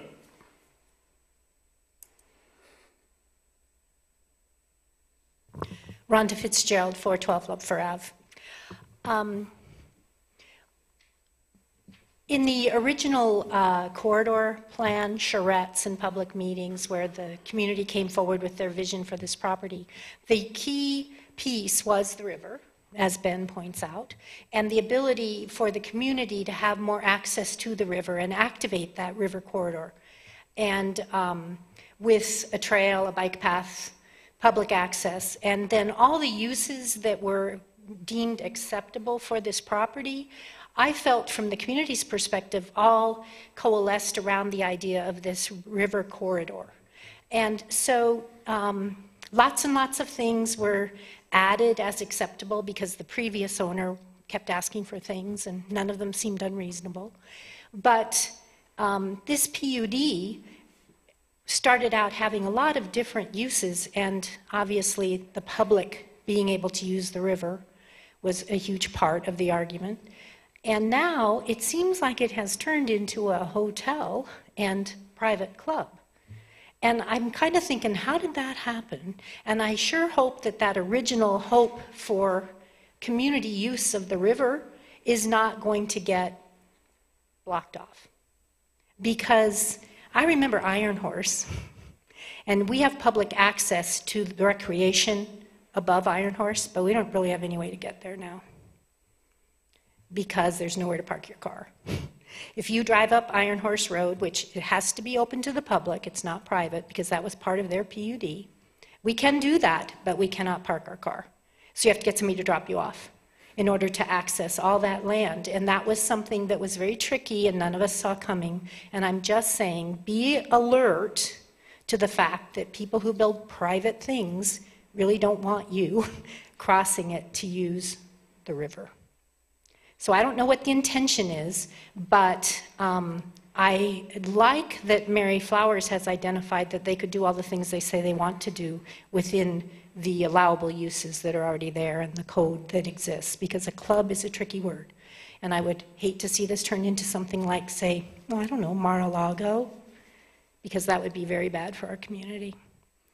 And I'd also like to say that if this is basically a hotel proposal now with some other amenities attached to it, these guys should do their due diligence because the hotel business in Whitefish is oversaturated and we have declining numbers. So some little research would be appropriate. Thank you. Thanks, Rhonda. Further testimony on this item? Bruce? Yes, by all means. Name and address for the record, please. Bruce Booty, landscape architect, 301 2nd Street, Whitefish. Process.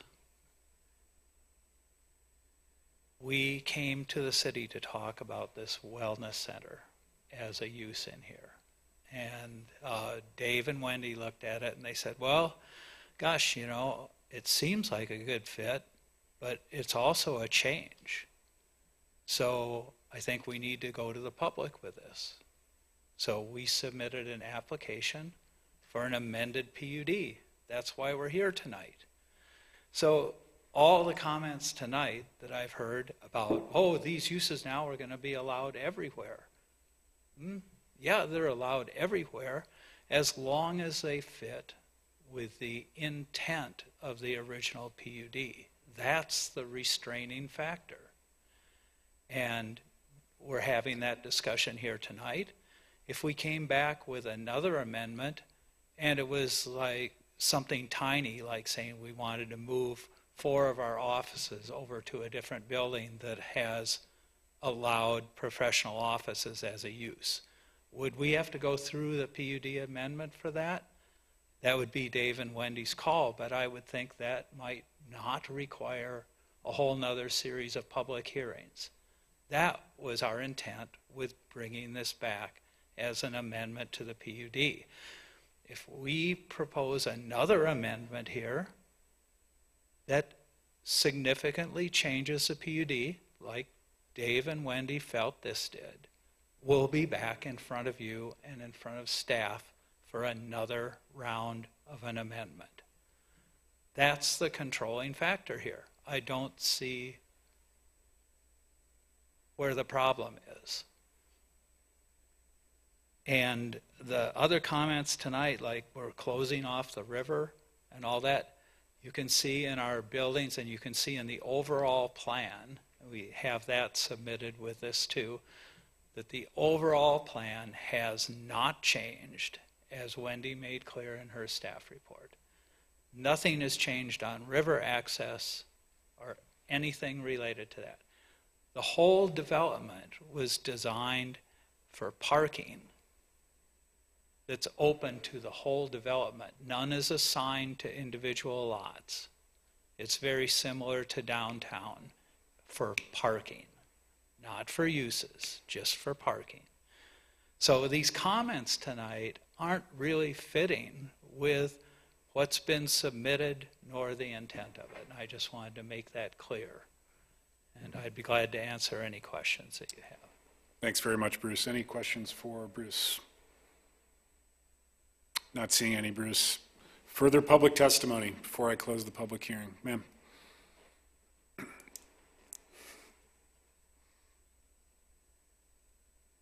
Lauren Walker, 155 Fauna Road.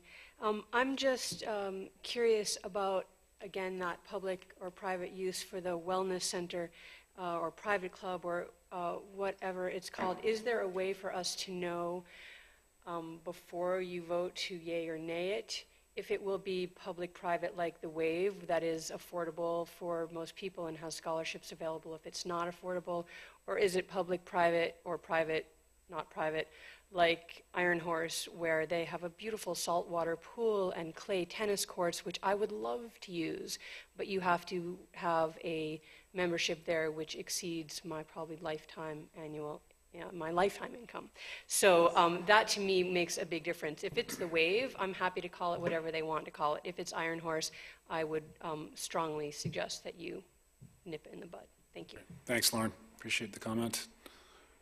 Further comment tonight on this item? Casey, real briefly, if you don't mind. Excuse me, I just hope we don't get hung up here on nomenclature, because that's what it sounds like. And for everyone here, we didn't pick the word private club. I mean, that was not a choice of ours. Zoning found something that addressed what we were attempting to do. This project has never really changed in nature. We've got, what, a mile of bike trail we're putting in. We've got a pedestrian bridge. We have access to the river. I mean, this is something for the community. The Wellness Center is truly a tie to what is a reflection of this community that has an innate interest in wellness. And so we didn't pick that word. And I don't know where private came from other than that zoning designation. This is a open to the public development. Straight and clear. That's it. Thanks, Casey. Maybe we can pick a different name. Further public testimony. Richard. I have a question after to follow up. I'll go ahead and close the public hearing and turn it back to the council. Richard? Yeah, I have a question. Wendy, Dave, somebody. And based on what Casey just said, I wonder why we're even talking about this in some regard, because if we just used health studio and spa as suggested by Mary Flowers, no, you wouldn't even be here talking about this. This would be permitted use currently, if I understand that correctly, and rather than to use the term clubs, private recreation, and semi-private recreational facilities. Wendy, can you fill me in? I mean, is there a reason why we can't do that? I don't see that definition in our zoning, so I'm not sure exactly where Mary got that from. It's not in the city zoning. Mary? There are a lot of uses in your... Can you please come up to the mic, Mary, if you don't mind? Just so you're on the record. There are a lot of uses in your zones that are not defined by definition. It just so happens that club is defined, private and semi-private recreational are defined. But healthcare is also in your WIT zone. It's not defined. That whole list in there, there are a lot of uses in your zone that are not defined. It doesn't have to be a defined. If it has to have a definition, then there are a lot of uses in your code that wouldn't apply. Frank?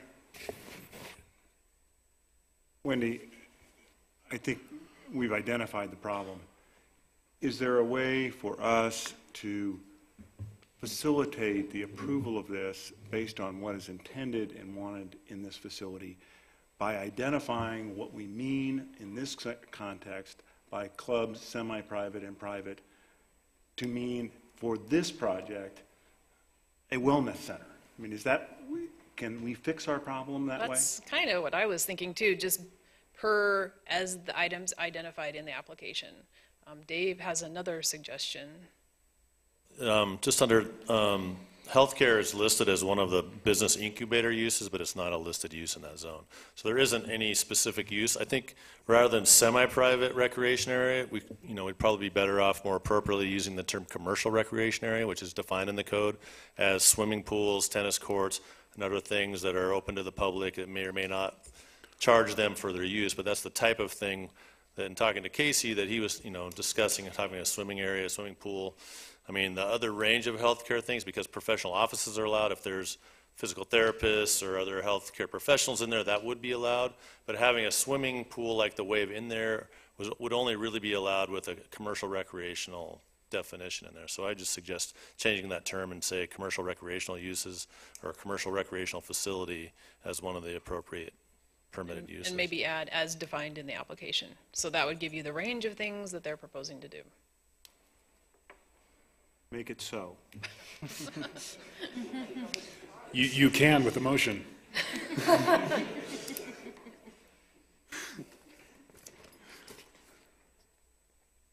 Don't look at me. Frank. I would move to approve ordinance 19-2, subject to amending the definition or description of what is being proposed here to what commercial recreation as identified in the project proposal. Commercial recreational facilities as defined in the application, would that be? Correct. Okay. Yes. Dave, do you see a problem with that motion? I do not. Is there a second to the motion before we have a discussion? I'll second. Seconded by Councilor Hartman. Richard. Does this get us? I think it does. The thing that seems to be creating the most heartburn is this word private, the other word semi-private. That goes away. We just took that out. No, I just want to make sure that in fact we've taken the Tums and gotten rid of the heartburn. So, okay. Further discussion on the motion as amended. All those in favor, please raise your hand. Those opposed, like sign, and the motion does carry unanimously, and we're going to take about an 8-minute break, and we'll reconvene at 9:10. Thank you.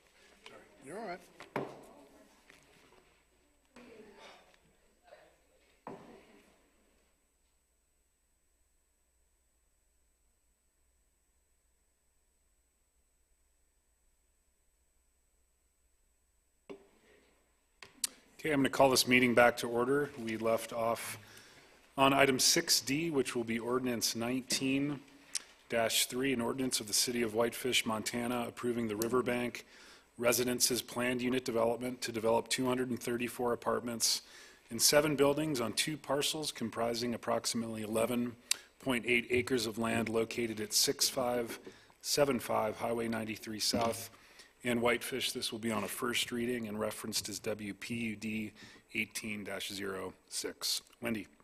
All right, good evening. So again, this is a residential PUD request overlay to develop 234 rental apartments in 7 buildings. The buildings will have a range of 32 to 34 units per building. Gross density of the project is 19.8 dwelling units per acre. A density bonus is being requested to develop greater than the 13 dwelling units per acre. Because of this, 20% of the units are required to be deed restricted for affordable housing. So they are proposing 47 units to be restricted, targeting residents with an area median income of 60 to 100%. Access to the site is by 2 extensions of public rights-of-way. Columbia Avenue will be extended southward from the intersection of East 13th Street to the southern edge of the project, and 15th Street will be extended to the east from Highway 93 South, terminating at an intersection with Columbia Avenue. The buildings generally follow the alignment of the public right-of-way, with 4 buildings along East 15th Street and 3 buildings along Columbia Avenue. Existing driveway approaches that access the site will be removed as part of the project. Off-street parking is provided within the parking lots. There's 263 spaces and on-street spaces of 43 for a total of 306 spaces with an overall rate of 1.3 spaces per unit. A portion of the spaces within the parking lot may be covered with carports. Open space areas are located throughout the development, including smaller areas surrounding the apartment buildings and a large open space along the Whitefish River. The open space areas are connected with sidewalks, paths, and extension of the Whitefish River Trail. As part of the river trail, the applicant is designating 7 public parking spaces for the public to access the trail and the Whitefish River. In addition, the project is proposing private recreational amenities for the residents that include clubhouse, tot lot, and possible pool. The PUD type is residential. They're asking for 2 zoning deviations as part of the overall site plan. One is for off-street parking. And we talked about this at the last project, but with the 1.25 spaces for a studio, 1.5 for 1 bedroom, and 2.33 for 2 bedroom or larger. The applicant is proposing 1 space per studio and 1 space for 1 bedroom unit, and maintaining the 2.33 for the 2 bedroom units. So the parking is being reduced by about 100 parking spaces, which is nearly an acre of pavement. Proximity of the site to services and transit make an ideal location for people with less vehicles than one typically finds in a more suburban neighborhood. The other zoning deviation they're requesting is a reduction to the front yard setback for parking along Columbia Avenue. And this is, in the parking chapter, prohibits parking in the required front yard setback in the WB2. The applicant is requesting the setback would be reduced from 25 feet to 10 feet. The reason for this is the Columbia Avenue extension going from north to south isn't going to have a typical right-of-way width of 60 feet, but 75 feet. So that's where they're hoping to make up that 15-foot difference. In exchange for the zoning deviations, the applicant is providing the following benefits. 20% of the overall project will be permanently deed-restricted rental units. They're implementing the transportation plan that includes constructing Columbia Avenue from the East 13th to the south edge of the project, and they're also implementing the pedestrian bicycle plan and constructing the Whitefish River Trail along the full extent of their frontage there. The project's located at 6575 Highway 93 South. The zoning is WB2. This is the former site of the North Valley Hospital, which was removed a couple of years ago and the site remediated. The property is surrounded by commercial uses to the north and west, and south is vacant. East is the Whitefish River, and there's residential further to the east of that. It's served by all public services and facilities. We did notice adjacent landowners, advisory agencies. We did receive an email from MDT, which is included in your packet, and then we published legal in the paper. We did receive some letters in support of the affordable housing component aspect, and also an email, I think just today, with some concerns about traffic in the neighborhood. We reviewed this according to the criteria and the findings that need to be made in the WB or the PUD chapter. There are environmentally sensitive areas. It is along the Whitefish River, and there's associated riparian areas along this eastern edge. The regulations, as you all know, require a buffer of either top of bank or 75 feet, whichever is greater, along with a 20-foot setback. That top of bank was identified back when that project, the Banks at Whitefish, was approved for this site. You folks may remember. So they've used that same buffer area, and they're not proposing any reductions or averaging, which would require buffer restoration. They are proposing trails and an extension of the Whitefish River Trail, which is anticipated in the Connect Whitefish master plan, and is also a permitted use in the water quality regulations. There are no other environmentally sensitive areas within the boundary of the project. There are slopes on the property. It slopes from Columbia and 13th down to the river, and just kind of the whole site slopes. Some photos showing us this kind of right at the Columbia entrance. And you can see where the property really slopes down. The applicant is proposing to grade these slopes in order to facilitate the proposed site plan for roads, parking, and access. In addition, the buildings will appear lower in height and less visible from adjacent rights-of-way and better fit into the site.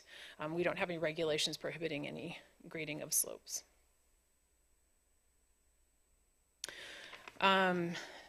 As far as wildlife habitat, no wildlife assessment was submitted with the application. We did submit the application to Fish, Wildlife, and Parks, but we didn't receive any comments. It's very likely that animals are using the site because of the proximity of the river. And while the buffer is intended to be for water quality, certainly animals are using that area as well. Open space areas are located throughout the project, 31% of the site. All the open space areas are connected by trails and sidewalks. Of course, the major recreational amenity of the development is the Whitefish River Trail and access to the Whitefish River.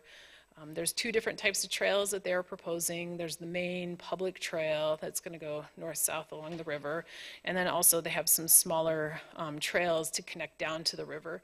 They did submit a revised site plan that just shows a few of the things that we talked about at Planning Board, including a hardened area along the river for people to get in and out of the river for their canoes and kayaks, as well as a couple of spots for a community garden. The Whitefish River Trail is open to the public, and again, they are proposing 7 public parking spaces near the entrance of 15th and Columbia Avenue intersection, so folks can park their vehicles there, walk down to the trail, or take their paddle boards down to the river. Once the trail is completed, the city will maintain the public trail, but the smaller trail between the public trail and the river will not be maintained by the city. So the regulations require 30% in open space, but when a development is proposing affordable housing, only 20% is required, so this project's providing a little bit more open space. We did meet with the Ped Bike Committee at the regular meeting in November to talk about the trail. The committee is supportive of this trail extension as it is a Tier 1 priority in their master plan. They appreciated the 7 parking spaces for public access. They noted the need for public access to the Whitefish River as identified in the Parks Master Plan. There's an increase in use of the river, and there's no good locations for folks below the culverts to get in or out of the river. It's either really steep, like this site over off of by Columbia Avenue, or it's just all private property. So they identified this as a great location because of the closeness to the river and then the less steep topography versus other areas along the river. The committee recommended the drop-off site a little bit closer to the clubhouse, which would make it a little bit shorter distance to the river. And they wanted to make sure that this public access is located in an easement and that the river access be improved, whether that's a hardened access point or a dock, and their site plan now is showing a hardened access point. The Parks Department also wanted to be clear that the city's not accepting maintenance of the public easement to the river or any other trails, just the main public Whitefish River Trail. The Ped Bike Committee also recommended a signage plan for the parking and drop-off area and the public access consistent with the city's wayfinding signage program. So you'll see that as a condition in the staff report. Under the character and qualities of the neighborhood, this property is unique when one considers the existing neighborhood. It's surrounded by commercial uses and a vacant property to the south. Over a the last year or more, we've heard a lot of public comments saying, why aren't you building multifamily on the old hospital site? So we've heard that comment quite a lot at different public comments. So most of the uses surrounding this property are commercial. We've got lodging, a vet, a gas station, professional offices, a 5-lane highway, and the river. And again, the topography of the site lends to screening the project from the traveling public. There's a number of mature trees along that western side.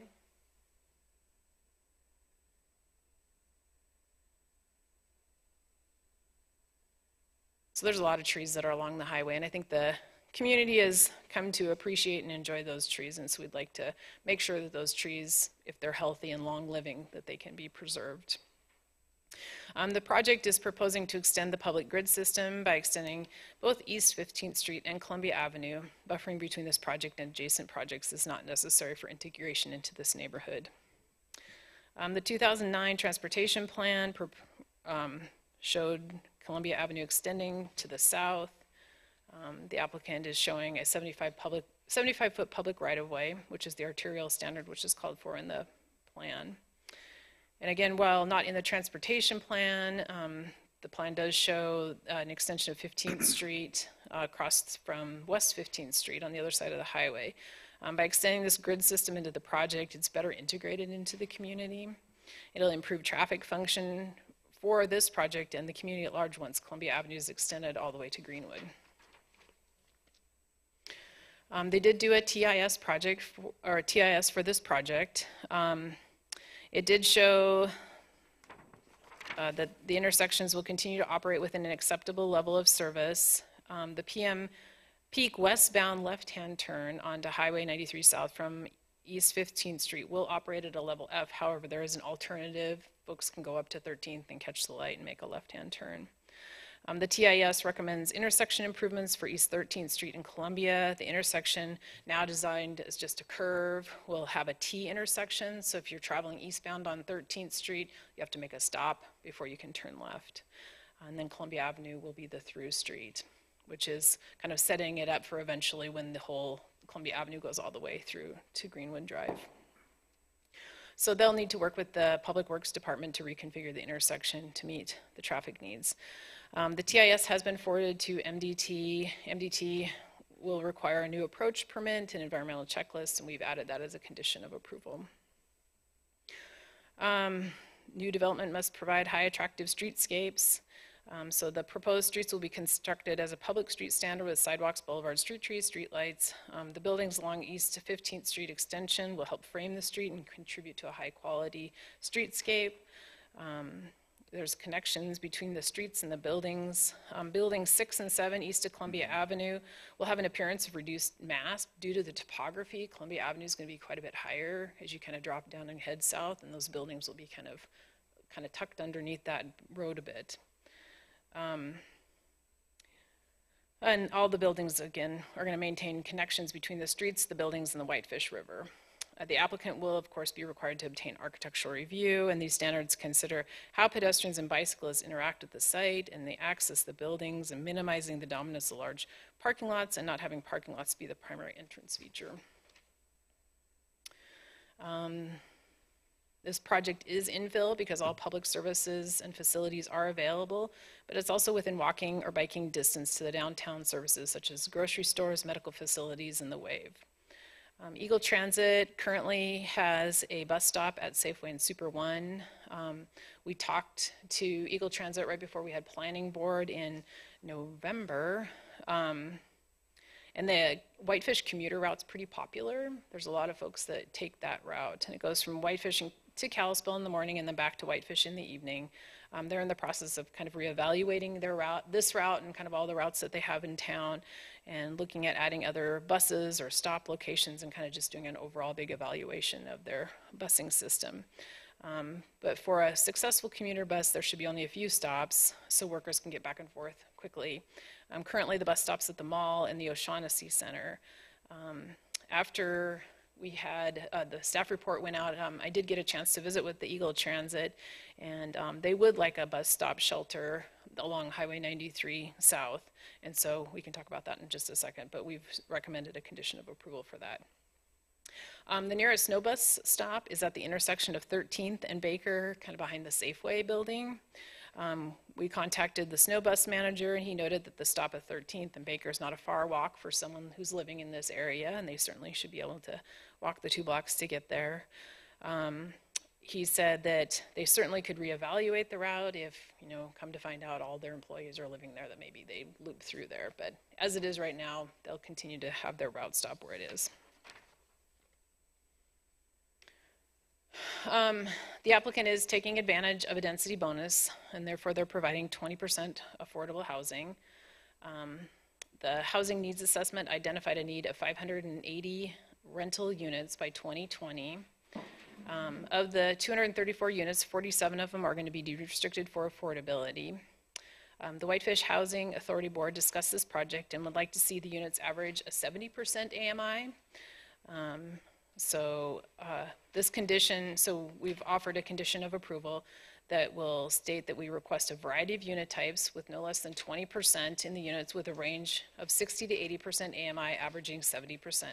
This is consistent with the inclusionary zoning work that the inclusionary work group's working on for the Legacy Homes program.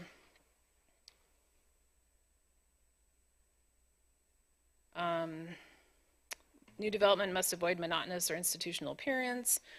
The entire project is a multifamily. There's not a variety of different types of product types within this project. There is a variety of orientation on the lot, where some of them are kind of north-south and some of them are sort of kind of the east-west. And the buildings are different sizes as well. The topography of the site assists in reducing the mass of the buildings as viewed from the street.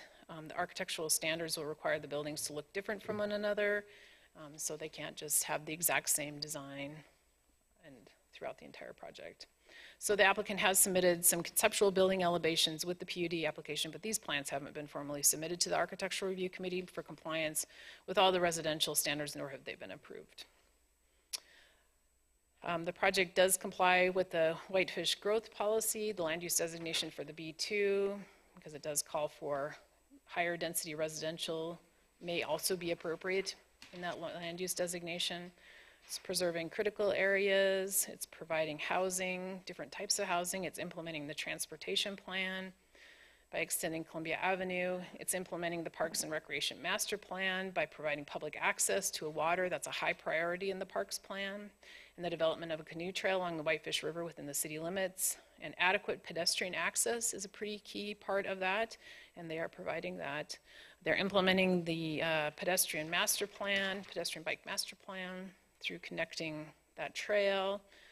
The project's not subject to any neighborhood plans or corridor plans. It's within the study area for the Highway 93 South corridor plan, but no plan has been adopted as of today. I think they're having an open house tomorrow. Under community benefits and justification for the proposed zoning deviations. So as described earlier in this report, the applicant is requesting a reduction to the off-street parking and a reduction in the required setback along Columbia Avenue for parking. As conditioned, 20% of the overall project will be permanently deed restricted affordable, serving residents with 60 to 80% AMI with an average of 70. This is going to go a long way in supporting our goals for affordable rentals and implementing our strategic housing plan. The units will be dispersed throughout the project and will have a variety of size of units. They're implementing the transportation plan. They're providing more open space than is required. They're implementing the pedestrian bike plan and providing public access to the river trail. The river trail is a Tier 1 project in the Connect Whitefish plan. The city obtained an easement with the previously approved project, the Banks, but doesn't have funds to actually construct the trail itself. So the planning board held a public hearing on November 15th. Staff recommended approval. Again, one of the unresolved matters from the public hearing in November was the provision for public transit.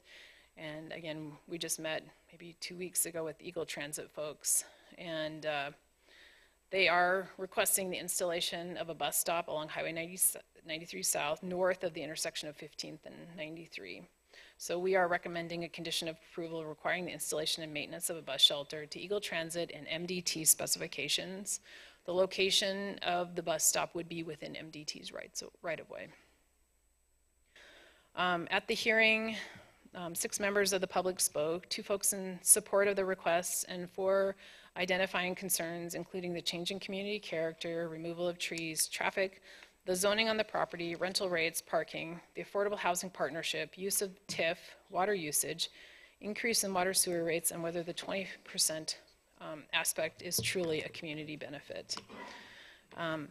As described at the public hearing, the applicant kind of indicated the price range for the units when we went back and kind of calculated how what the rates would be, the rental rates would be. It appears that almost 80% of the units will fall within that range of affordability. So while they're not deed restricted, 47 of them, of course, will be deed restricted, but quite a bit of them are just going to fall, their market rate will fall within the affordability that our needs assessment is looking for. At the planning board meeting, a board member wondered how this project was fitting into other recently approved rental projects, and are we meeting the goals of our housing needs assessment? You'll recall that the needs assessment identified 580 rentals, of which 360, it was like 60% of those, should be affordable serving households with incomes of $40,000 or less. So you'll find in my transmittal to you, I compiled a list of all the different projects that we've approved since 2016, and then ones that are kind of in the pipeline, just so you can get a sense of kind of how we're doing. It's important to note too, the housing needs assessment didn't say that all the affordable units have to be deed restricted. It just said that that price point has to serve folks that are making 80% or less area median income. So this particular project, 47 of them would be deed restricted, and 147 will meet that affordability standard, but not necessarily be deed restricted. Another matter that came out at the public hearing was the need for additional traffic information during the school release hours and the impact of this development during an already congested time at East 13th Street. So you have in your packet some updated TIS information. So they looked at the traffic study during the AM peak, which was 7 a.m. to 9 a.m., and school dismissal time, as well as the PM peak. The study found that the project will add negligible traffic delay to the intersection studied, and the Public Works Department reviewed this report and concurred with its findings. The TIS addendum also included a graphic indicating the configuration of East 13th, which, as I described, has a stop sign on 13th and through street for Columbia Avenue. So the planning board, again, they held their public hearing in November, and they did not pass a recommendation. There was only 6 members there, and it was a tie 3-3 vote. So this matter comes before you without a recommendation from the planning board. A couple of conditions that did pass, but they aren't included in the ordinance because the main motion did not pass, was a condition number 14 that short-term rentals will not be permitted. And I think, you know, it's fine if you want to add that, but you'll recall that we did change the zoning regulations prohibiting short-term rentals. Amending condition number 8, that a 310 permit would need to be obtained from the Conservation District if there's any work within the river bank, which there will be because there's going to be the trails. And that is a permit that is regulated by the Flathead Conservation District. We don't have any objection to adding this as a condition of approval, just as long as you all understand we don't enforce those permits as well. And then finally, adding a condition about the bus shelter, that a bus shelter to Eagle Transit and Montana Department of Transportation specifications would be installed and maintained. Can I answer any questions for you? Thanks, Wendy. Any questions for Wendy on her staff report? Richard. I just want to be clear, Wendy, that when you were talking about 70% of the units would meet the AMI requirements of the housing study, is that correct? Right, it was, I think is that in addition to the 20%? Mm-hmm. So that would... So it was like, whatever that is, 47 plus, yeah. Okay, yeah. That's the only clarification. Oh, and then one clarification too, I had a member of the public ask me about the 110 Aspen. So again, this is on page 248 of your packet. That's Judah Gersh's project on, what is it, Colorado Avenue. I knew that they were studio and 1 bedroom, but I guess there's a couple of 2 bedrooms, so probably the number that are going to be affordable will probably be more like 40 instead of 43, so that total may drop a little bit, but they're intending to have them be affordable. Okay. One further question. In addition to the trail, how do we move bicycles along Columbia Avenue, the extension now of Columbia Avenue? Is that for Bruce? Well, I was thinking maybe Craig could describe what an Craig. arterial standard cut looks like. Because it seems to me that we have a great chance of a lot of kids riding bicycles down Columbia to get to the school system. Didn't we kind of talk about a shared, widened sidewalk, maybe? Yeah, we talked about a couple different potential typical sections for this section of Columbia. The question really becomes, do we want parked cars or do we want bike lanes? We have room with the 75-foot right-of-way to have a larger sidewalk on either side. We'd also have room to likely have a bike lane in each direction. And so I think as we move through the final engineering plans, we can definitely make accommodations for bikes and pedestrians on Columbia Avenue. Do we need to make that as a condition, or is that going to be? I think that's inherent in the engineering standards that we work with the applicant to make sure they conform to the standards that we have in our engineering design. All right, because it seems to me that that's the one way we're going to help resolve some of the traffic problem of parents dropping off kids at elementary school and high school. And we've had a lot of discussions about that exact topic, so yeah, we're thinking about it. I can count on it? Okay. Yep. Yeah, I think adding it as a condition would be too detailed at this point. We realize that it's a priority through the bike ped master plan and through, conversations we've had at the council level. So we'll make sure that the final designs for Columbia accommodate bikes and peds. Okay, and that is, as well as the collector on 15th and all of that? Yeah. Okay. Is that it, Richard? Further questions For now. for staff? Frank? Wendy, a couple of things. When we say that there's going to be a variety of housing or bedroom units available, are we going to have 46 one-bedrooms and 1 2-bedroom? No. What do we got? No, we're going to say you need to provide us a variety. We want studio, 1-bedroom, 2-bedroom. We're going to work closely with the Housing Authority and the folks that they work with to make sure that they get what they want to serve the folks that they're serving. That's what we did at the Whitefish Crossing. We got a variety of room types and unit types and sizes and bedroom types. It's not acceptable to just simply have. Okay. How do we put, I understand what's there. There doesn't seem, they're going to provide a variety. It doesn't say to whose standard that variety is. Do we want to say that they're to provide a variety pursuant to an agreement with the Whitefish Housing Authority? Yeah, and it's condition number 14 of your packet. I guess I didn't go through these conditions. I guess we kind of did. But yeah, number 14 is 47 affordable units must be designated. They need to be dispersed throughout the project and no less than 20% total per building. The apartments must have a variety of number of bedrooms and location to serve the greatest variety of clients. The agreement, it's a housing restrictive covenant agreement with the city to ensure long-term affordability, and that the rental prices will serve an area median income of 60 to 80% with an average of 70. So it's submitted to our office, and we kind of have an early draft going with the Whitefish Crossing that'll probably get us started, and we'll work closely with the Housing Authority Board to finalize that, and the applicant, of course.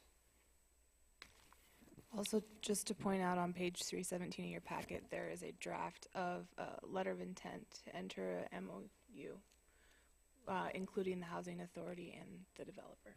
Okay, thank you. And another thing is, you talked a little bit about the community's interest in preserving the trees, particularly along 93. I'm looking at the plan or the site plan that's presented here. I looked also at the overall, I guess the actual Google map of the whole area. it appears that the density of trees, particularly in the northwest corner, will be significantly diminished based on their site plan versus what's there. Given what we saw happen on Wisconsin, the quarry, is there a better way for us to ensure that those trees along 93 be preserved? And the same goes for the southwest or the northeast corner areas and the south east corners of that property. How do we better preserve them than a nod? Well, we've asked them for a landscaping plan, condition number 11. Maybe if we need to work on that, we can talk about that. That we want a landscaping plan submitted with the building permits, that existing healthy, appropriate trees be retained as part of the landscaping plan, and protect to the greatest extent possible the existing trees and vegetation along Highway 93 South and 15th Street extension.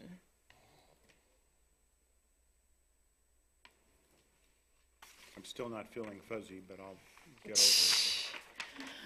Well, I think someone needs to go out there and take a look at the trees and see which ones are long-lived, which ones should stay, which ones aren't going to make it because of utilities, buildings, roads, parking areas, and then flag the ones or somehow mark those ones that are going to be retained, fence them off. Agreed. Before any sort of site work begins. Wendy, but I think the issue here really is that the extent that we're going to talk about putting these kinds of densities in this kind of a setting, I think one of the selling points for that is our ability to, or their ability to insulate and isolate and to camouflage. If we eliminate 90% of those trees in those sections, we've lost any benefit of that proposal, that they're going to protect those trees. And that's my concern here. I don't know that there's ill will here or anybody's trying to change the proposal, but I think this community, if somebody went out there and said, well, all these trees have got to go anyway because of this development, they're going to say, well, wait a second, I don't want that density around there. And so I think that's an important point for us to get a handle on as we talk about approving something like this. So I want to think a little bit about that, but I'd like some help on how we do that. Okay. I'd also point out on their site plan, they're showing all the trees and landscaping that they are going to be adding to. So right now it's pretty much asphalt with a little bit of grass. And so they're But you can't see it. Frank, if you look on page 386 and 387 of the packet, there are two model views from US 93, looking east onto 15th, just to give you kind of an artistic rendering of what it potentially could look like.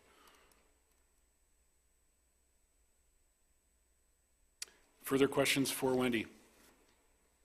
I have several, but I may wait for the applicant's presentation and then public comment before I circle back with you. All right. Thanks, Wendy. The applicant is here. Will, you're welcome to approach the council and just name and address for the record, please.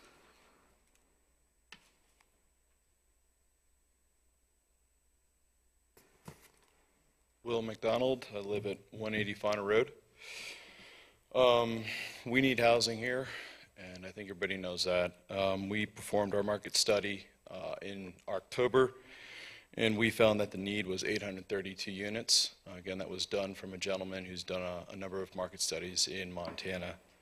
If approved, we will be able to take a chunk out, but we'll also be able to provide a number of benefits to the community. As mentioned, 20% of the units will be deed restricted for workforce housing, which generates 47 units. We have underwritten our market rate units at $1.51, which means our one bedrooms and studios units, as Wendy said, are within that 80% or less AMI, thus generating almost another 60% of the project that meets Whitefish's affordability standard. This means close to 80% of the total project units will meet the criteria of Whitefish's workforce. It's also important to note and look at the public access benefits. I know that Wendy addressed these, but I'll go over them in a little bit more detail. One, it conforms to the Whitefish long-term traffic plan by extending Columbia Avenue and 15th Avenue. It constructs a public bus stop. It continues the bike path along Whitefish River, provides a bike lane along Columbia Avenue, creates public access through the project from Columbia down to the Whitefish River, and builds a hardened entrance along Whitefish River so the public has access. Finally, we've spent a significant amount of time on the site layout and the landscaping because this is a very unique project and parcel that will benefit the tenants due to its proximity to downtown Whitefish and its river frontage. I'll turn this over to Bruce to go into more detail, but I do want to mention two items.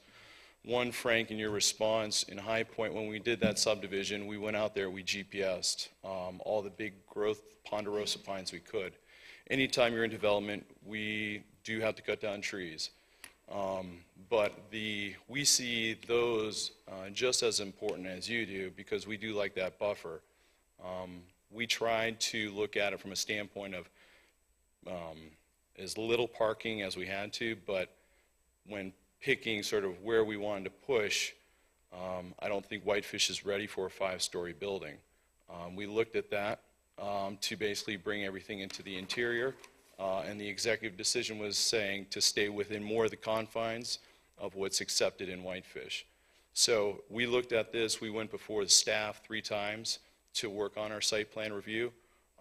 It looked way different before this, and we slowly moved it in through their guidance. So we'll do everything we can to preserve those trees along 93. We tried to bring those buildings back as far as possible. One thing that was mentioned also in planning board, we've addressed the TIS count. That was the 2 big things was more benefits in the actual site plan, and Bruce will go into that. The TIS, we redid our count during school hours. Another point, we will be moving forward just because of the nature of this project with how much workforce housing we are going to be going after. We will be looking to try and secure HUD financing from the development standpoint. One of the criteria of HUD financing that they do use to incentivize you is to go down green building. Councilmember Richard Hildner brought this up, whether we would be looking at ways to be as green as possible, LEED certified. And one thing that they do require to get that bonus, essentially it's 65 basis points reduction in your interest rate, is to go down that LEED certification, green certification. So it not only starts from the preliminary side, or the preliminary start, it goes throughout construction. So we will be trying to value engineer as much as possible to make sure that we're addressing the water issues that was brought up in planning board, energy, solar panel as much as we can, and it's a process that starts and it's something that's generated from there. So those are 2 items that I also want to speak to from planning board. So with that, I'll turn it over to Bruce, and then I can come back up and answer any questions. Thanks, Will. Bruce.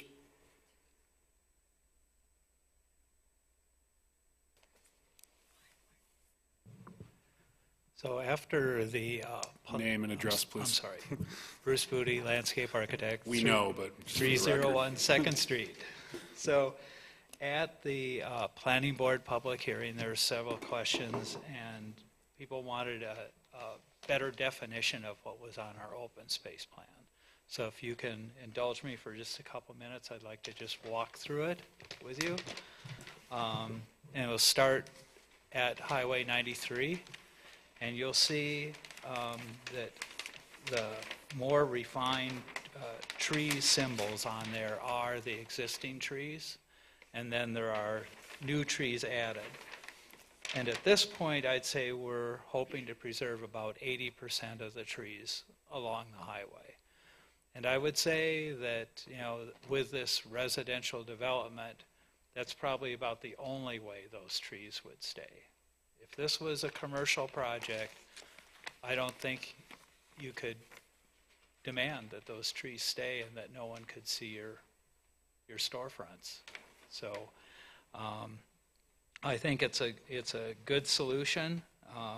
We did lose trees by bringing the extension of 15th in, but that was unavoidable. And likewise, we will be removing some trees. But I think the utilities being on site, you know, one of the big problems in traditional development is all your utilities are in the right-of-way and you're bringing in all these services into the project. They're already in the site, so I think we have a good benefit there. So as we move east through the project, you'll see that there's identified private residential open space areas around each of the buildings. We took advantage of the island in the parking lot to create more recreation-oriented open space and for a community garden space. And same thing with the next buildings moving to the east. You'll see there's private open space along each of those. And then as we arrive at the extension of Columbia Avenue, in that 75-foot right-of-way, on the west side of it, you'll see there's a sidewalk separated from the roadway and parking with about an 8 or 10-foot boulevard strip planted with trees. And on the east side of that, we have the same boulevard strip, but then we have a 10-foot two-way bike ped route on the east side of Columbia. And there's a lot of work ahead to determine if that is in fact the best solution, but I want you to see that that is there and there's space allocated for that. And off of that, you'll see that there are several crosswalks going back and forth across there, and that will give you access into the lower parking area and to the river. So, and then the largest resident open space is along the river on the west side of the bike trail. That open space would be dedicated mostly to the residents, except for access points. And then everything, including the bike ped trail to the river, that is all open space dedicated to the public. So overall, it's like a 50% bonus over what's required in the PUD. 30% instead of 20%. And I think about 2 acres of the 3.6 acres of open space is public.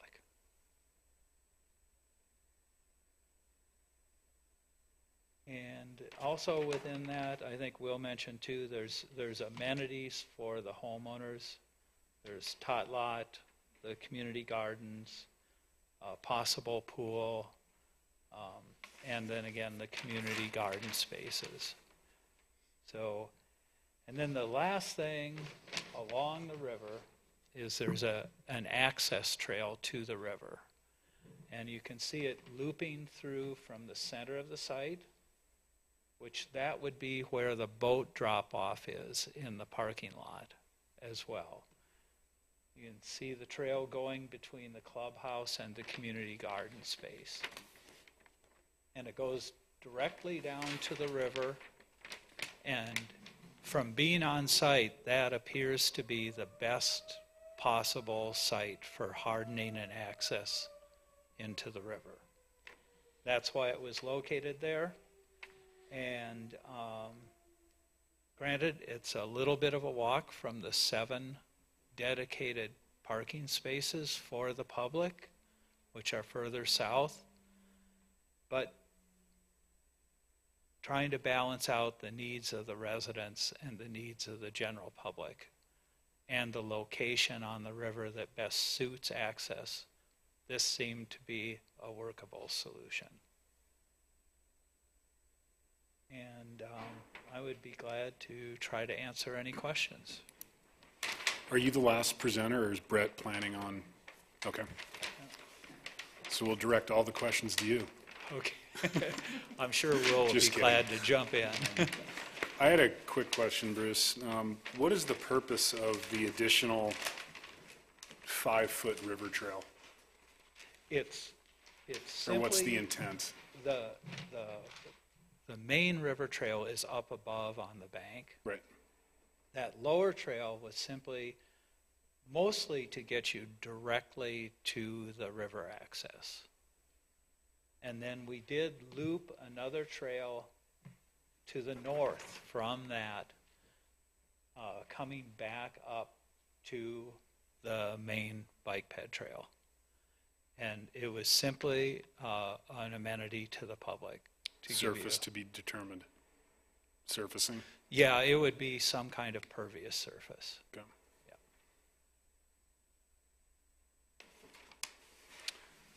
Question regarding, actually, does the council have any questions, or can I proceed?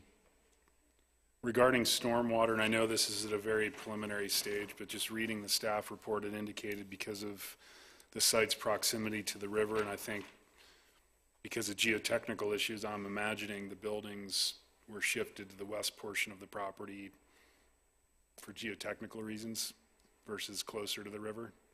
I think that was a big part of it, but the other was the continuity of the open space. Okay. Question on stormwater. I believe in the staff report it indicated, given the proximity to the river, no detention or retention facilities would be required, yet the stormwater would be routed to a water quality unit. I'm not familiar with that term. I know this is just a PUD, but since we're not going to see this again, I'm curious what type of stormwater facility you're thinking. Yep, I guess I'm not doing that, but I think. So I guess Brett is coming up. Yep. Yep. Thanks, Brett.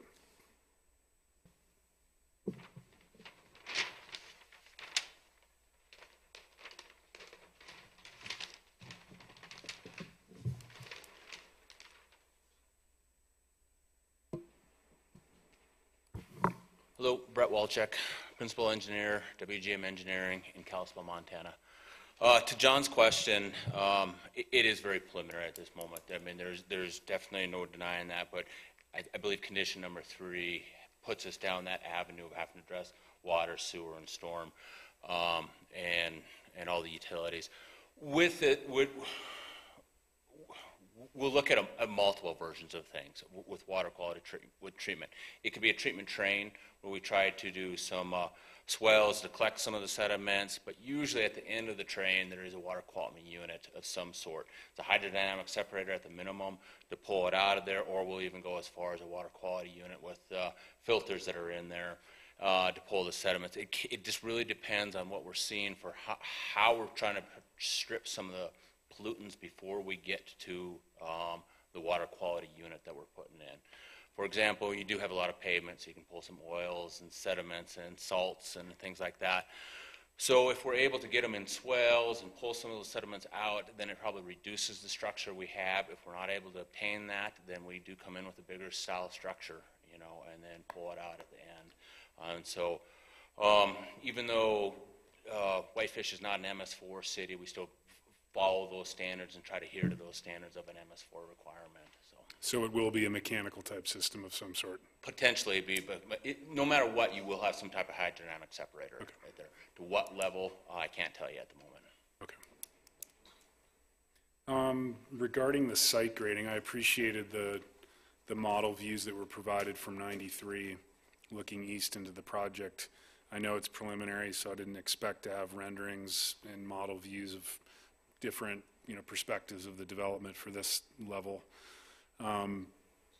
Speak to me a little bit about site grading, because I think this site does lend itself well to naturally screening what appear to be larger buildings. You know, contextually in Whitefish, they are large for Whitefish. I think there's been concerns expressed about the size of the buildings, the massing. So if you could just explain to me a little bit your thoughts about site grading, site prep, and whether that terrain's going to be substantially modified, because right now it kind of suits itself very well to kind of masking or camouflaging, to Frank's point, these structures. Yeah, absolutely. And there's always a tug of war between landscaping and engineering. We are the bad guys at times, because the reality is, you know, we're sticking water and sewer that's 6 feet in the ground. We do have to adhere to and find clear sight visions for our approaches that are on there. So that does just sometimes at our direction, have those trees removed. So we do try to find that balance of what we're going to remove out there and what we're going to put back for landscaping. And, you know, aesthetically, we take trees out, and aesthetically, you know, as the landscape plan has, Bruce and his crew puts trees in. To your question, though, again, everything works. There's not just stormwater management. There's just not grading. You know, these are all these disciplines and components are all moving components at one time. So we have to balance. You know, people turn the water on. They just believe they don't, you know, appreciate where the water comes from when they flush the toilets, where the sewer goes. So everything moves gravity, or we're trying to find ways not to add mechanical. Additional mechanical items such as lift stations to pull any more sewer out if we don't need to. But you have a terrain that that basically slopes from the west to the east. So there's a lot of balancing we're doing when we lay these sites out. We preliminary lay in those water, the sewer, look at the storm water, and then we have to balance it all, because if we lower the site too much area, one, we may not have enough fill material on site, so we have to import material in. That costs a lot of money. That's just a disruption to the streets, because I mean to the roadways, because we're bringing all that fill in from somewhere else. So the objective is always try to balance your site as much as possible. If you have topography that, as we have here, that actually slopes west to east, we incorporate that to the best of our ability. To exactly what those grades are going to be, very difficult for me to state right at this moment, but I have to still have road slopes that are less than 6% on those driveways. I have to adhere to ADA. I have to, again, get that sewer out of there. I have to be able to reverse it, get the stormwater to the river, have it cleaned up. So lots of balance in there, but it is definitely all taken into consideration in the, I don't know, 40 to 50 construction sheets that we put together on a site like this. That help you at all, or is that just a lot of mumble jumble on? No, I understand where you're going with that. This might be a question for Craig, but I'll pose it to you, Brett. We had a traffic engineer in about 2 weeks ago as part of our 93 South corridor planning process, and he was forecasting future traffic volumes on 93 with different street configurations, traffic structures. And one interesting slide that I know you haven't had the privy of seeing this slide, but it basically forecasted out the development of this property, or the density that's allowed for this area. And it demonstrated that even the morning and PM hours right now, peak hours, the 13th intersection in 93 currently functions at a level C service. And with the development of this project, and I believe others in the vicinity based on the zoning, it projected that intersection would then function at a level of service F, both in the AM and PM peak hours, without any improvements except for possibly the addition of a southbound lane. Is that correct? The level of service increased to close to an A with the installation of a 2-lane roundabout at 13 and 93. So I just wanted you to comment, and you can obviously refer to your own traffic study. Can you give me a synopsis of the conclusions of the traffic study related to the 13th and 93 intersection, particularly the 7 to 9 period, and then when school's getting out? And I know it was touched on briefly in Wendy's staff report, but I'd like to get into that in a little bit more detail. Absolutely. So with engineering, there's lots of disciplines with it. Structural engineering, we're all civil engineers, but you specify in structural, you specialize in geotechnical. That also goes for transportation. So I'm general civil. I little of everything, but today with me is our traffic engineer, Mark Van Kell, and he can better address that. Okay. One thing I did want to bring up, though, or at least get on note, was the comment that Wendy added about the condition of approval for the bus stop on Highway 93. I don't believe there's any issue towards moving towards that. It would be how that language is phrased, because just like Department of Environmental Quality and just like Montana Department of Transportation, we can't tell them what we're doing. You know, that is their right of way and their corridor. So what I'd ask for is just language that says based on their approval or something like this, because for us to have to suffice a condition that if MDT, you know, isn't in agreement with it, or if they have their concerns towards it, it's challenging on our side of things. Even on the snow bus turnaround or snow bus that we added for the quarry project, you know, that had to be sponsored by Craig. So Craig was a big help in helping us get that, but it took a lot of involvement by the City of Public Works in order to make that happen. So just want to throw that in there. Thanks, Brett.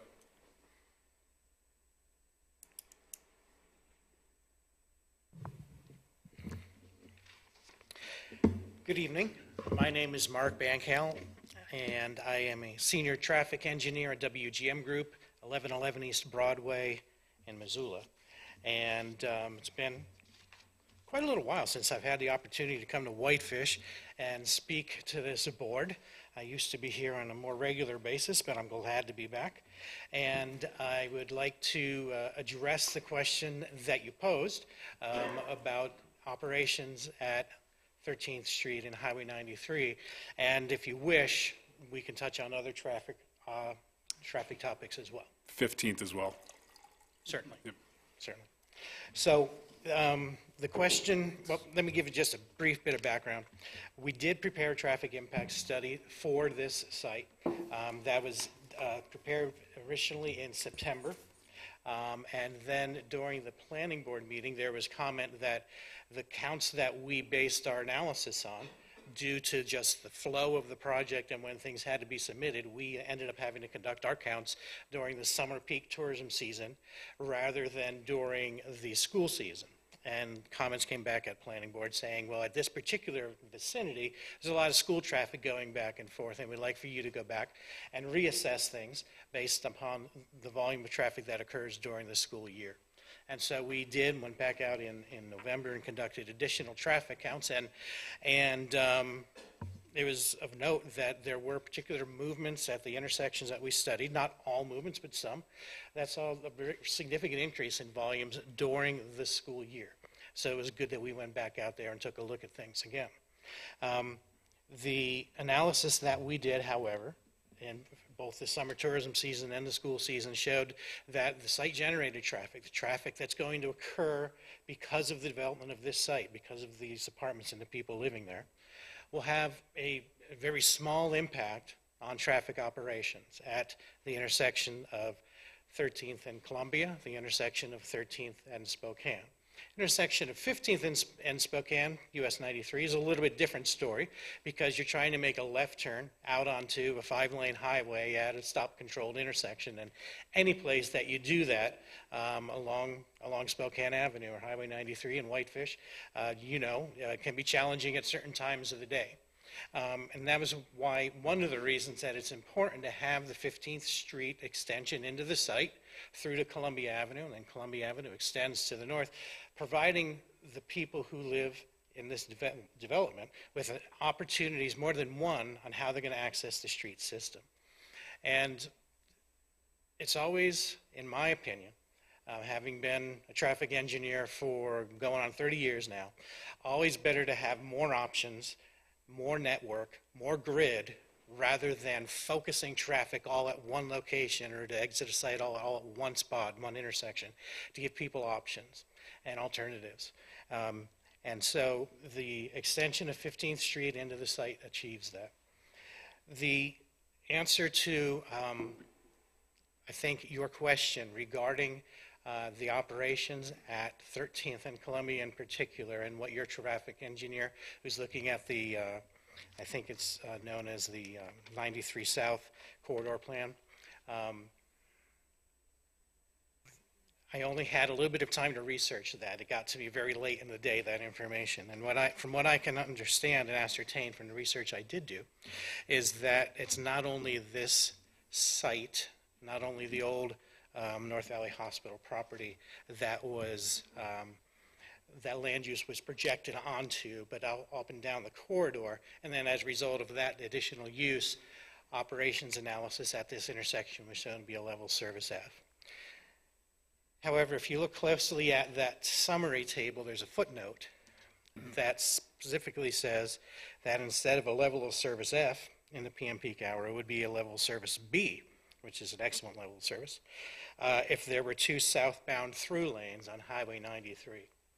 And in fact, that's exactly what MDT is proposing to do. The Highway Department has already been in touch with Public Works here in town. We've been in touch with them to clarify just what it is they're looking at doing. And it is their intent to make some improvements to that intersection so that it's southbound. Currently today there's a left turn lane and there's a through right lane.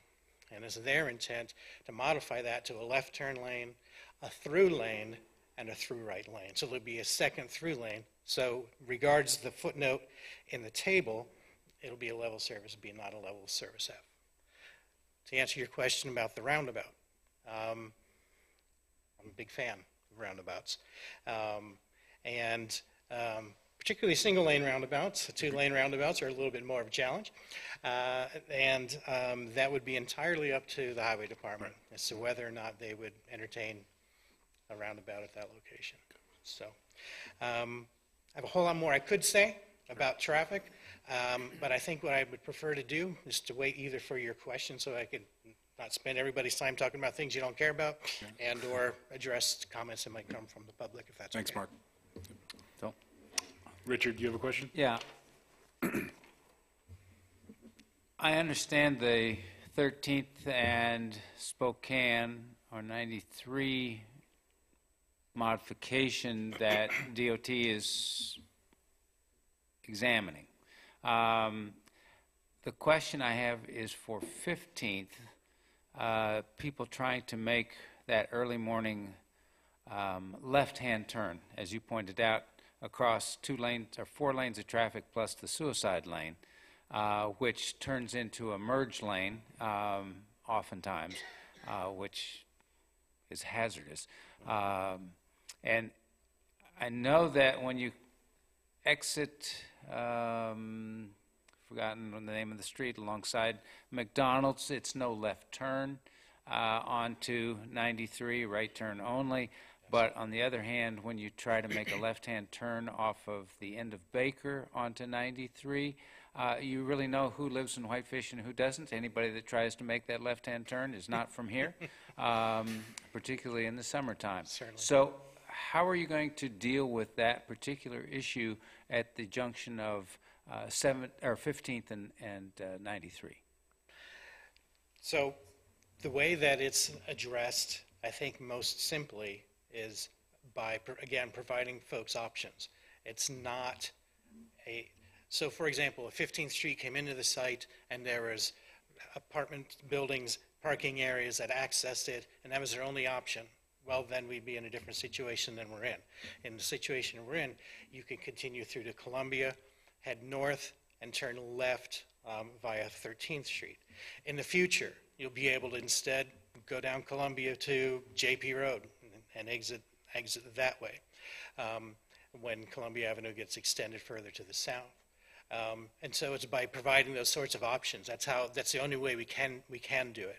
We can't put a traffic light in there because it's not warranted. There's not enough traffic on the side streets to warrant a traffic signal, to say nothing of the spacing between there and the signal at 13th Street.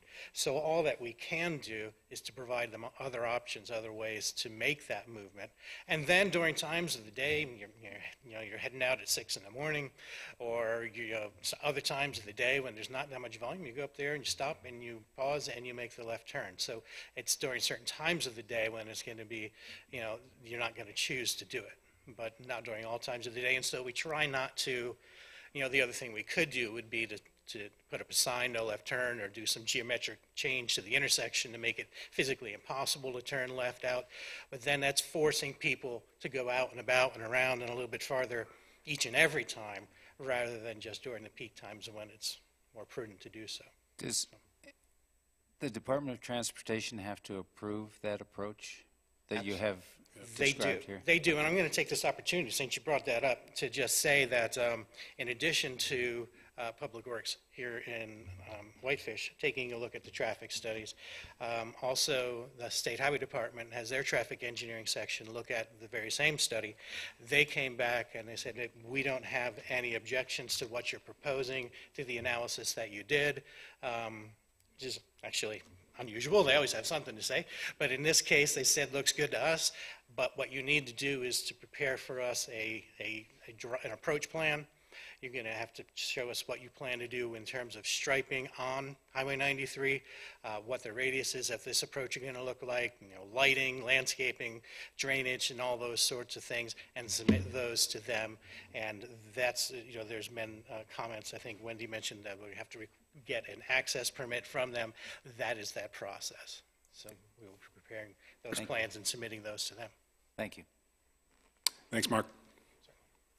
Further questions for the applicant or the applicant's representatives before we go to our public hearing? Not seeing any. We did advertise for a public hearing on what will be ordinance number 19-3, and we'll hold that public hearing now. Anyone wishing to provide comment, name, and address for the record, please, when you approach the podium. Mary.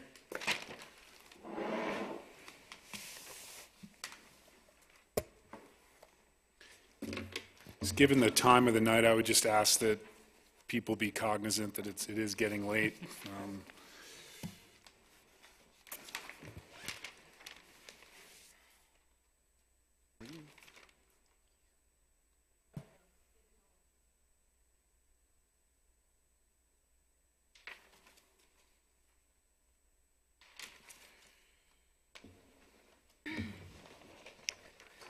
Good evening, Mary Flowers, Community Unity Consulting. You have already received an earlier comment from me, and I did submit it to the applicant as well, encouraging consideration of the concept of a community land trust. And that is the concept where the land is donated and separated from the actual building itself to allow a tax advantage for donating the land and the ability to retain affordability of the units. I appreciate Will did send me an email saying he would look at it. I think it is a concept that the city should be looking at for this and for other sites. I've provided you a number of links which show that this is a tool that's becoming increasingly popular across the country, and I think it's as you go through your work on your housing, it may be a tool that you want to look at as well. In addition to that, I have a few additional comments on the proposal before you. In order for the public to meaningfully consider the proposed development before you like this, not only this development, but other developments as they begin to continue to come before you, is that we really need to have, when we're looking at meeting the housing needs in the strategic housing plan, we really need a more comprehensive look at where we're at. While the applicant is able to significantly increase the density at the site by providing 47 units under the PUD of deed restricted affordable housing, the city is also getting 187 apartment units of non-deed restricted apartment units that should be of significant concern given the flood of apartments that have been approved over the past 3 years within the city.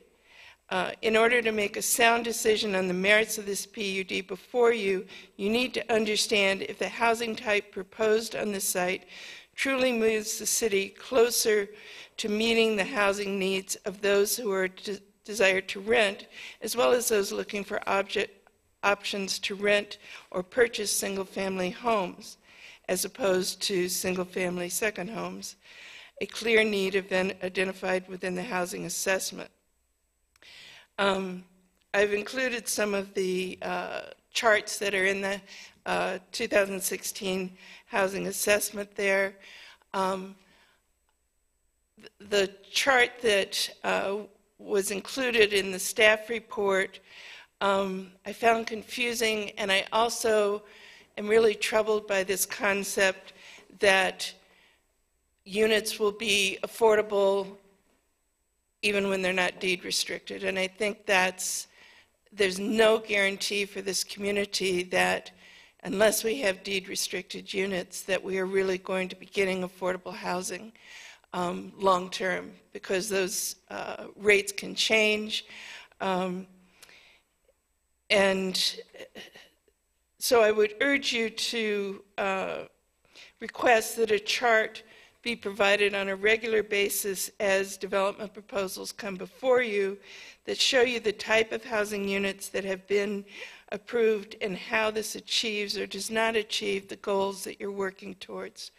To say that someone making $40,000 could afford a studio apartment really begs the question of, do they want a studio apartment? Is that the kind of housing they really want? And I think that's the kind of analysis you need before you to really begin to look at proposals like the one before you tonight. I have some additional questions. In the rewrite of the PUD regulations, one of the things we looked at is that previously open space had been counted as every inch of grass on the site, sort of thing. And so we changed those regulations purposely to ensure that the open space was functional open space. And so the area around buildings, if it was going to be counted, had to be at least 20 feet in width. I'm not clear, and I didn't have the time to go through, so maybe Bruce can address this, how the open space was calculated for this proposal, and if it indeed excluded those areas that were less than 20 feet. I've also raised before this council repeated times that your parking standards are a valuable resource that you have, and when you give them away, the developer benefits. The developer doesn't have to pay for that acre of parking. There are some benefits that there's perhaps more undeveloped space, but not necessarily. And so I really want you to look at the need, if you're going to allow reduction of parking and you're going to allow part of that reduction to be reliant on on-street parking on Columbia, where you want to have adequate bike facilities, that you need to get something in return for reduction in parking. And I think additional affordable housing is a possible consideration that you should look at.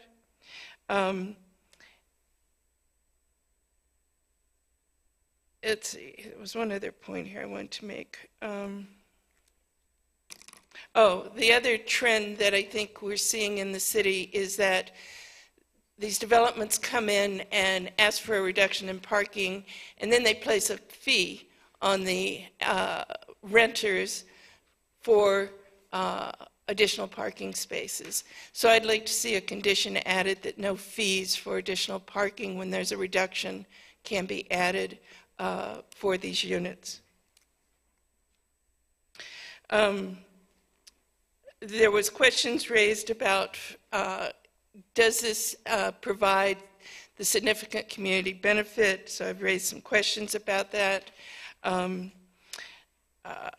would like to say it's welcome additions to see the bus stop. I think that was important. I'm not clear where the community garden space is, but if that's been added, I think that's also a benefit. I too am a fan of roundabouts and would like to see that as a continue to be pursued as an option. But to do that, I think we have to make sure that there's adequate space that is retained, and maybe a condition needed to assure that there's adequate space for a roundabout if necessary within the some of this property itself. There were issues at the planning board that were raised that I haven't heard addressed yet. And again, I just listened to this on the tape, but there was a gentleman that apparently lives in the area that talked about an area that floods or has standing water frequently. I don't know where that was because I just listened to the tape, but I'd like to see that question addressed. I think when public comes forward, has that experience, it's important that you address the concerns that are raised. There were also concerns about the view shed, and you've talked about that some tonight. I think the points that John has asked about the elevations are important. I don't know how you condition this to make sure that that continues to be given the significance that it needs to be given, so that the mass and scale of these buildings is really a detriment, I think, to this proposal before you. Regarding the bike path along Columbia, I'm not clear who pays for that. But again, if you're essentially pushing that some of that cost onto the city taxpayers by allowing on-street parking along there. So I'm concerned about that. I support the concerns that Frank raised about tree preservation and hope that there can be some additional language in there to really emphasize retaining the existing mature trees and not just replanting with less mature trees. In the developer's presentation, they made the statement that they have underwritten studio and one-bedroom apartments, and I don't know what that term refers to and how it how it affects the affordability of these units. I'd like to have that explained. And I also am not sure if there are any alternatives for multi-layer parking or parking under buildings or something to reduce the space to, are there any other alternatives in that regard? I was pleased to hear the developer's interest in looking at LEED certification and would encourage that some condition be added to encourage and to see that that actually gets followed through. It's my understanding that this proposal is kind of being brought to you based on some of the comments at the planning board, that this is coming forward to you not as they plan to develop it, but that they plan to sell it and have someone else develop it. So I think as much as you can clarify and condition this, it will be important to do that. And I also think the stormwater issues raised are important, and I'm disappointed that we don't have more of that information at this level in the application, but would like to be assured that as it moves forward, that you have some kind of review over that to make sure it's addressed adequately. Thank you. Thanks, Mary. Who's next?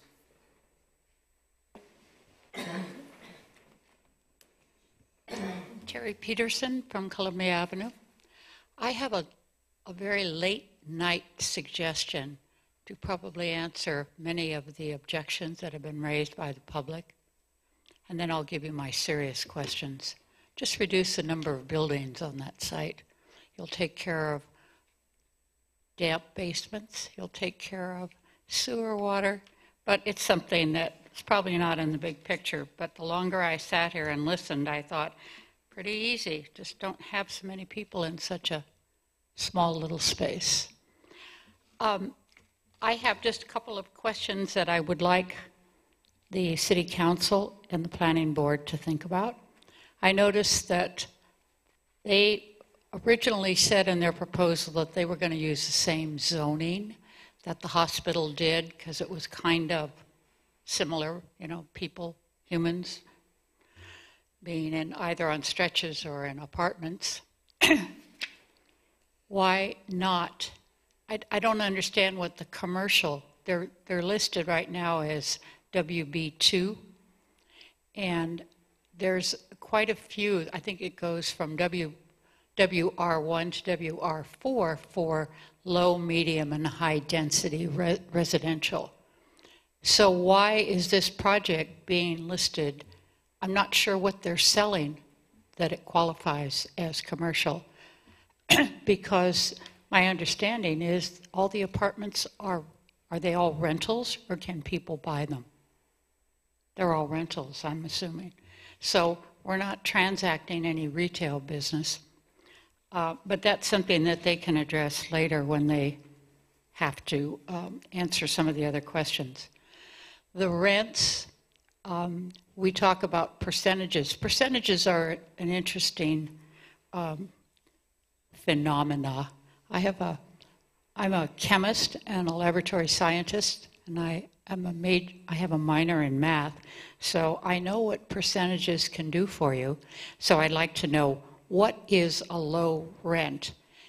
And when we're talking about rents, I would like to know, for the people who are not making much money in Whitefish, how are they going to be assured that that rental price will be maintained for how long? When they rent, will it be for a year? Will the fees go up in another year? They may or may not get another raise, but that's something that the owners and the city need to talk about. I'm concerned about the routing and the storage of construction vehicles and the equipment and the material they will need in the process of building this facility. We experienced that on Columbia Avenue when they built the new high school, and when they are building Muldown, the gravel trucks went up and down Columbia probably every maybe 10 minutes. So do they have a place designated on their property to store all the equipment and for the vehicles to travel to and from that are related to that? Columbia Avenue versus 13th. I hear people talking about the intersection. There is no intersection. It is a curve. And when they look at maybe subduing the speed and the traffic in non-school hours, what is going to facilitate entrance from 13th into the extension of Columbia? Is it going to be just whoever gets to that section? Is it going to be a four-way stop? Is it going to be a signal? I haven't seen that addressed. Also, it talks about the extension of 15th into the housing area, but the city says it has no right-of-way for 15th, and it doesn't have the funds to construct roads. So is that being addressed in the big plan?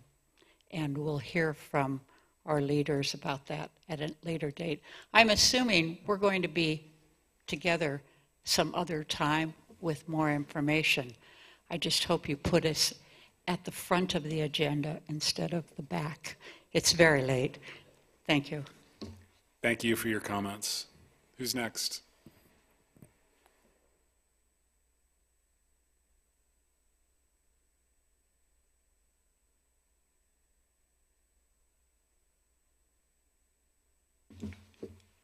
Good evening again. Rhonda Fitzgerald. I think I'd like to start off with the question of the actual community benefit. I have brought this up at the planning board meeting, but that second reel was not available to listen to, so I'm going to repeat it.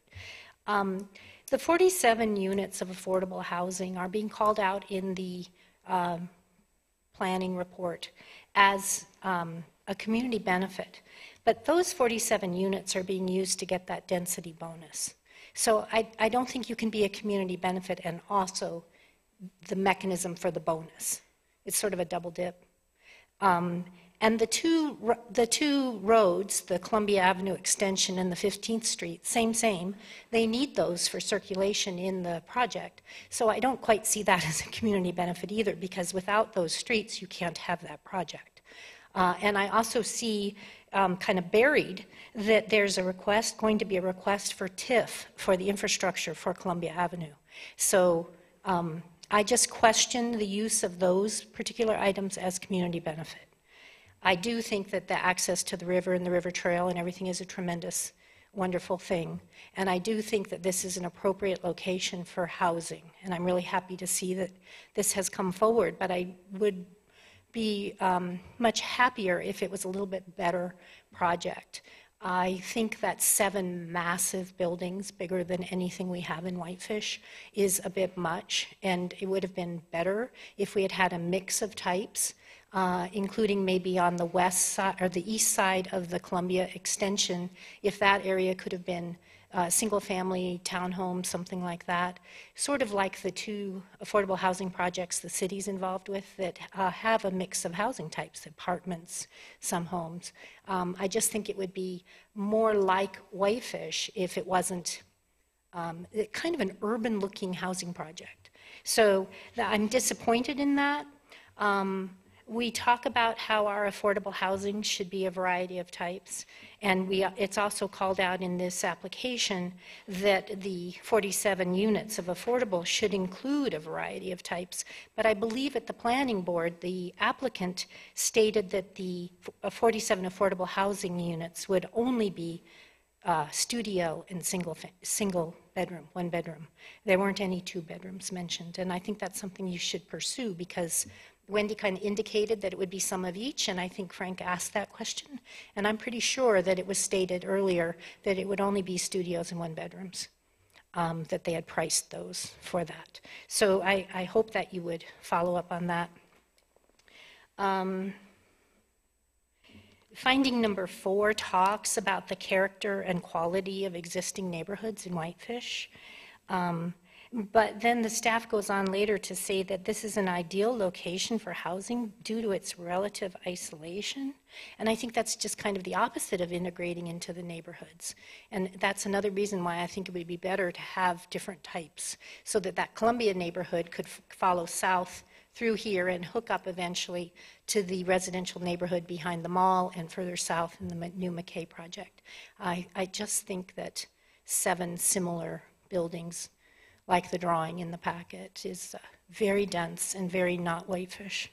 And that concerns me because I think as we move forward on this whole affordable housing conversation, we want to have strong community support for what we're doing. I also think finding number 8 confuses the numbers of affordable housing units needed in the community. Some of those in your chart in the packet and also in some of the other verbal descriptions, it's totally confusing because the other 80% of these units would not be considered affordable in the community, and by saying it's in the range of an affordable price, that might be semantically possible, but if a studio apartment is in the range of affordable but toward the high end, then people don't perceive that as affordable. As an example of the arithmetic, the applicant is saying that they've priced this at $1.51 a square foot. They said at the planning board meeting that a studio would be 550 square feet. That brings that monthly rent of a studio apartment to $830. And on the idea that if you pay more than 30% of your income, you're burdened, that would mean you would have to make $33,000 to afford a studio apartment. And I don't think the people of Whitefish think that's affordable. $33,000 income should be enough for you to expect to be able to rent a 1-bedroom apartment, or if you have children, maybe a 2-bedroom apartment.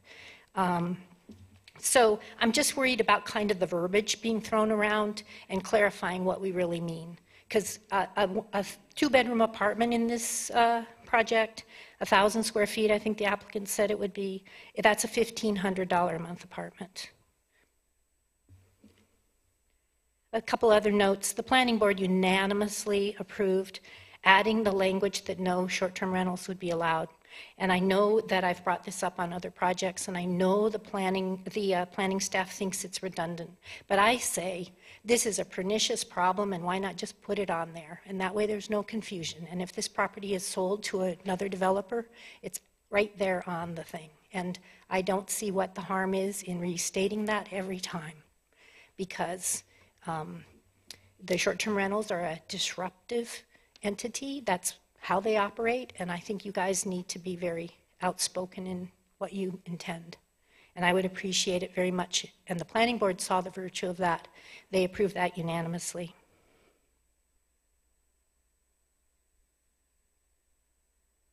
I guess that's everything. I think it's great. This is a housing project, but I really wish it integrated better into the community. And I know you guys just have to kick what it looks like down to architectural review, but we haven't updated those standards, and the drawings in the packet are not Whitefish. Thank you. Thanks, Rhonda.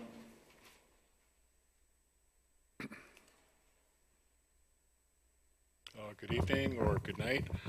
Richard Turbiak, Citizens for Better Flathead, 14 3rd Street East, Kalispell. We're in favor of this project. Particularly, we are in favor of the affordability, the 47 units, 20% deed restricted. We think it's a good move forward to the city's affordability goals. I don't think it's necessarily a matter of if it's many units. I think it's a piece of the puzzle. You have the snow lot, you have Edgewood, now you have this particular piece that you can move forward on to focus on the next piece of the strategy. Density, yes it is, but denser projects are going to be needed to meet housing goals in Whitefish.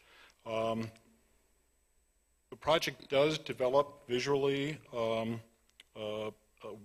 ways visually to isolate the property, but it integrates it into the city, the extension of Columbia Avenue, integration of the city grid by the extension of 15th, the preservation of the legacy trees.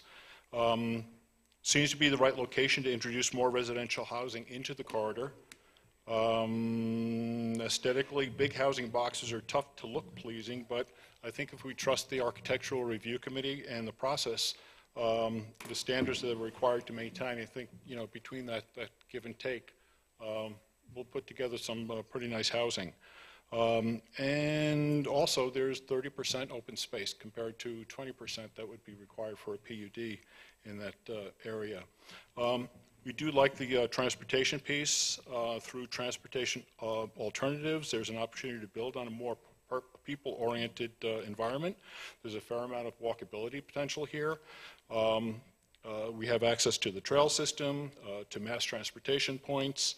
One question I do have, a couple of questions I have, based on what Richard was talking about with the Edgewood property. I didn't see anything talking about bicycle racks, so if we are talking about alternative modes of transportation, we may want to encourage that into the planning. Also, the bus shelter. We're talking about the bus shelter on the east side of the property, or that is the east side of Highway 93, but is there the potential of a mirror bus shelter on the other side to handle traffic that's going down to South 93? But it's late. We're all tired. I don't know how to end otherwise. Thanks. Thanks, Richard. Appreciate the comments. Who's next? Judy.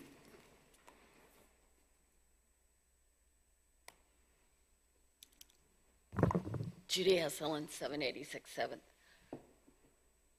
Do you want to save your trees? The best way to save the trees is get rid of 15th. Why are we putting 15th in there? Why can't you do something for Whitefish Avenue and get it across Rasmussen's property to the mall?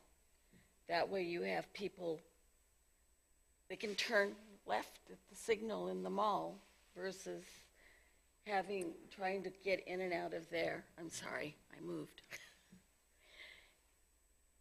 You've got all that extra blacktop, and you can save all your trees, and you really don't need it if you can go ahead and get Whitefish Avenue, Columbia Avenue to Greenwood. It's already, in fact, you don't even have to do it all the way off of Spruce Court. They've already got the opening for Whitefish Avenue. except there's a tree in the middle now.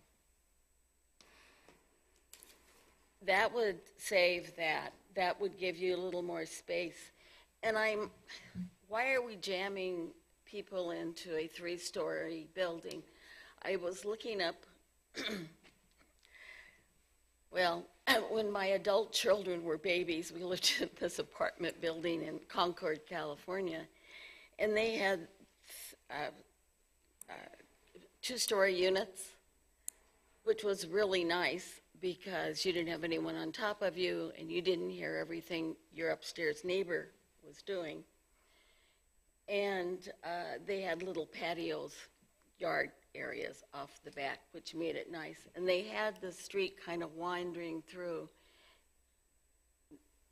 Well, they had the street going around the outside and the units were on the inside. If you want to see them, it's Monument, Concord, California.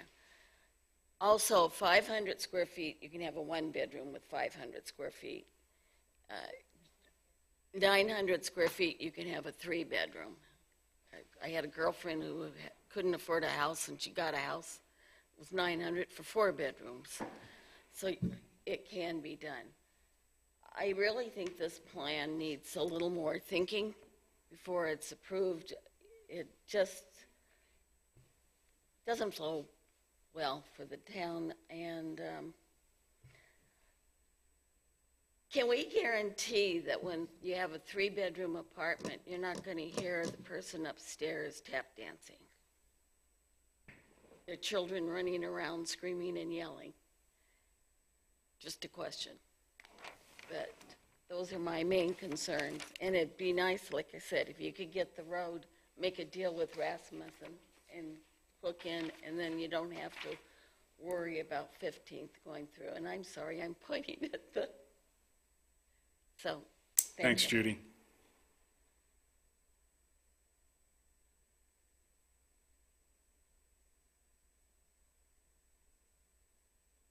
Hi, my name is Lauren Walker, 155 Fauner Road in Whitefish. I'm going to leap into the void here, so I hope you bear with me. I know it's late. I'm going to actually address these comments to the landowner because I think we have a chance to affect things a little differently. I'd like to thank Mike Gogan for the incredible philanthropy he's shown Whitefish and the Valley already, and how he continues to work to make this community better. I realize the tremendous expense that has gone into this project so far and honor the desire to provide for the affordable housing needs in Whitefish. But considering the high density of a project such as this and how it will impact the traffic and neighborhoods, I would like you to consider an alternative. We are at a crossroads in Whitefish development. We are about to make the same mistakes that so many small tourist towns have made in the past, that once made cannot be unmade. We're going to create problems of congestion, overbuilding, loss of identity, traffic snarls, decline of neighborhood integrity. We are well on our way to becoming another Anytown, USA, filled with condos and lined with big box stores. The role of the council is to prevent problems, not to create them. But I would like to suggest an even better option to solve problems. Why shouldn't Whitefish become a leader in solutions? I propose, and I've thought this since the hospital was torn down, that the former hospital property become a solutions institution. We already know that Whitefish is a big draw. Why not intentionally draw the best and the brightest, the smartest and the most cutting edge? My idea for the Whitefish Institute would bring in the most talented researchers in healthcare, eco-farming, soil remediation, alternative building, energy creation, resiliency, conflict resolution, cancer researching, nutrition experts. We would create research and interdisciplinary opportunities and then teach and implement these ideas first locally with the intention to scale them up to real-world solutions of the serious problems facing humanity today. Every part of the build-out for the Institute would be an educational opportunity. Instead of current construction practices which have waste up to 30% and use toxic materials, we would build with ecological, health-sensitive, sustainable methods. We could address our workforce housing needs with an eco-built co-housing tiny home community, making it a showpiece of sustainable building and growth. Another facet of the land would be to create permaculture organic gardens with animals who feed the soil. These practices, by the way, are becoming the cutting-edge healing paradigms for reversing cancer and autism, which together by 2030 are projected to affect every single person in the United States. That's 100% of the population. Every aspect of this facility would be about creating a new paradigm. All of this profound and earth-saving knowledge could come out of Whitefish. I'm in the alternative health field, and I currently bring hundreds of people to this valley to study with me. My only limit on bringing more is an adequate space to teach them in. And there are many, many teachers and scientists and thought leaders who would be thrilled to come here and share their wisdom. I've already raised $500,000 toward this project. And though that may not seem like much, trust me when I say there is money here in this town and outside it that is ready to commit to a project of such scope. Small towns brought us the Aspen Institute out of Colorado and TED Talks out of Monterey. Their missions are also to educate and then to try to resolve world problems.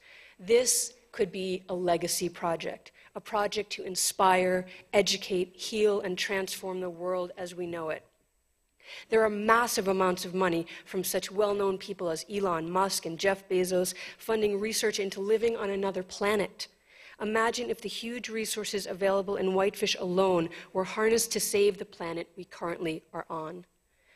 I understand the Gogans have put a substantial amount of money into this property so far, but I urge you to think about the long game with this instead of the short reward. We can continue to extract hundreds of thousands of dollars from building condos until there is no more room here. Or we could extract the brilliance and vision of Whitefish and export that to the world. All it takes is the courage to do something great, something that hasn't been done before. And that is how every unimaginable thing on this planet has ever happened. First, you imagine it, then you create it. That is the brilliance of the human mind and the human potential. I propose that we, as a community, come together and create something that will be a beacon of light for generations to come. I would like to enter this formally into the record.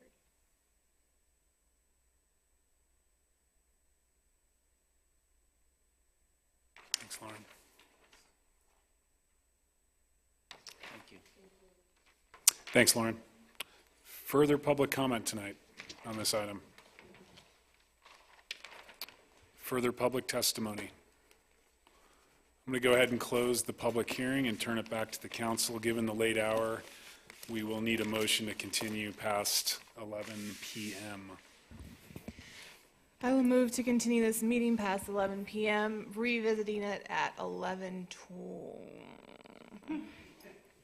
Go for it. Yeah, 11:15.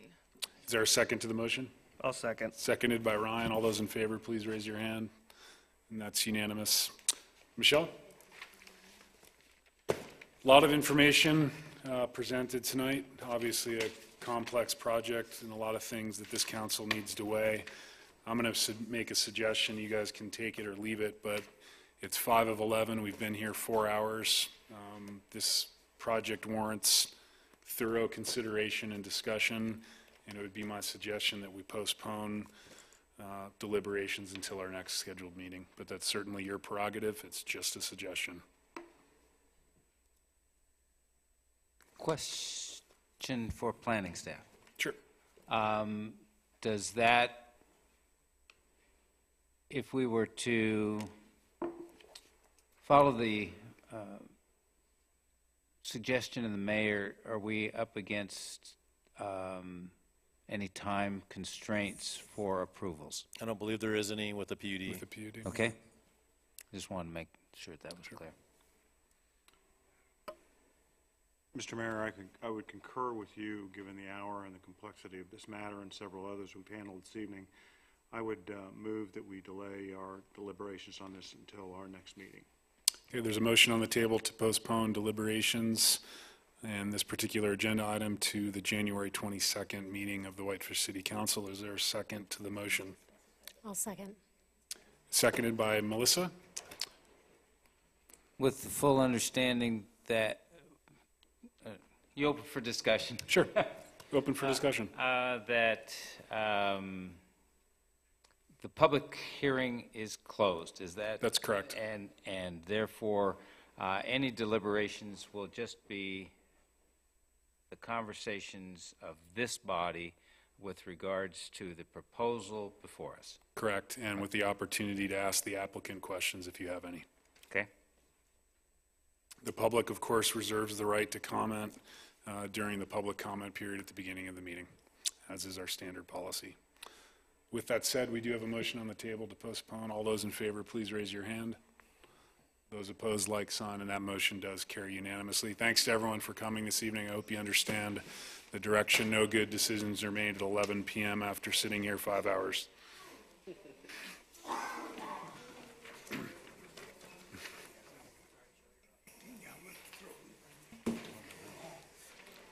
First guy on council, we literally sit in chambers till 1:30. Remember that? Brutal.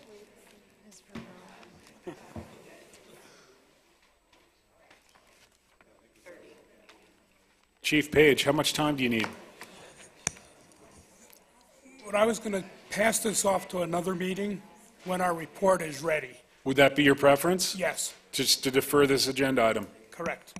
to the 22nd or whenever the report's ready? Whenever the report is ready. Okay. Thanks, Chief.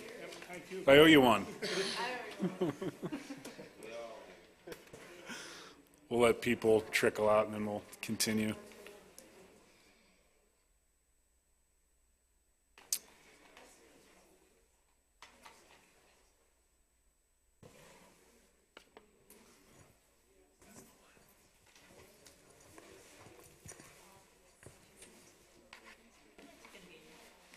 What's up? How are you?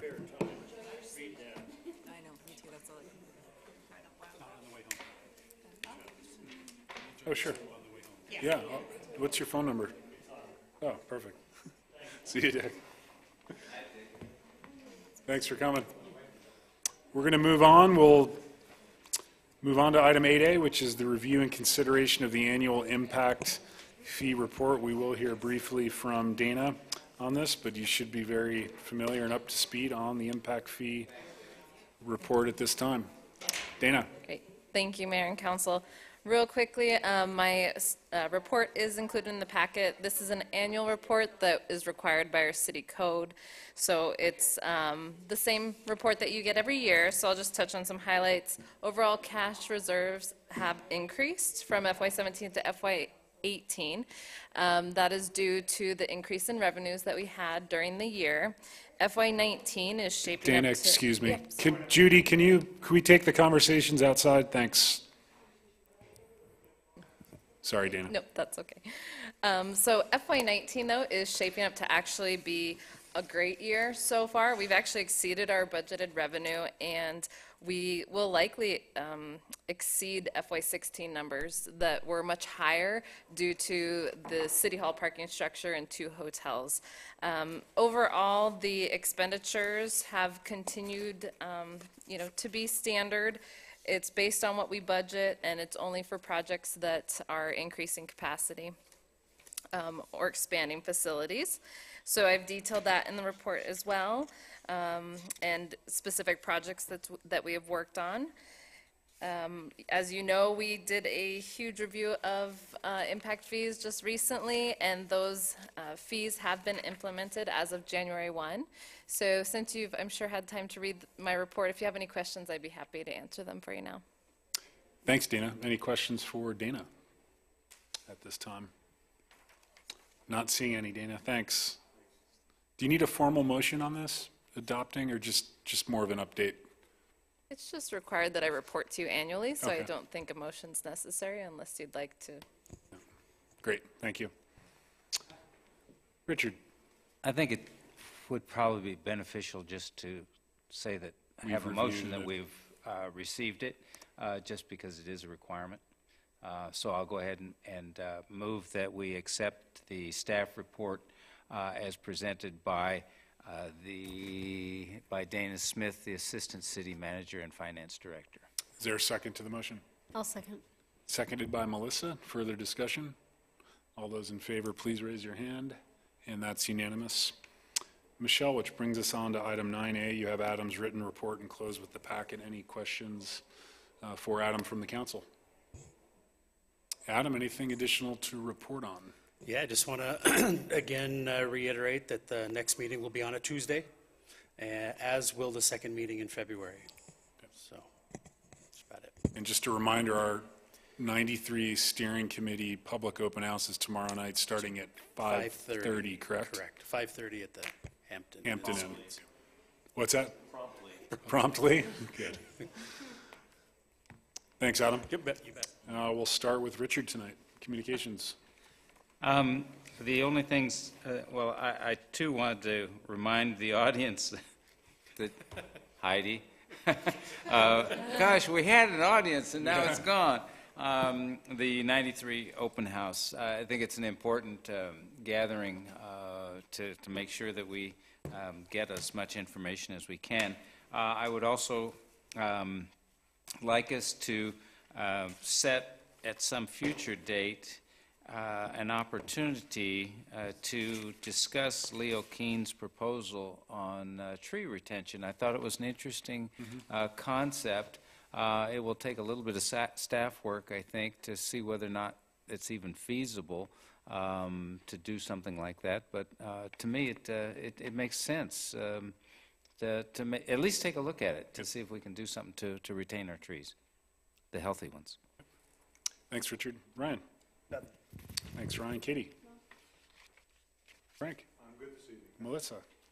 None. I have nothing further either. Anything additional from staff? We are Everybody wants adjourned. to go Thanks very home. much.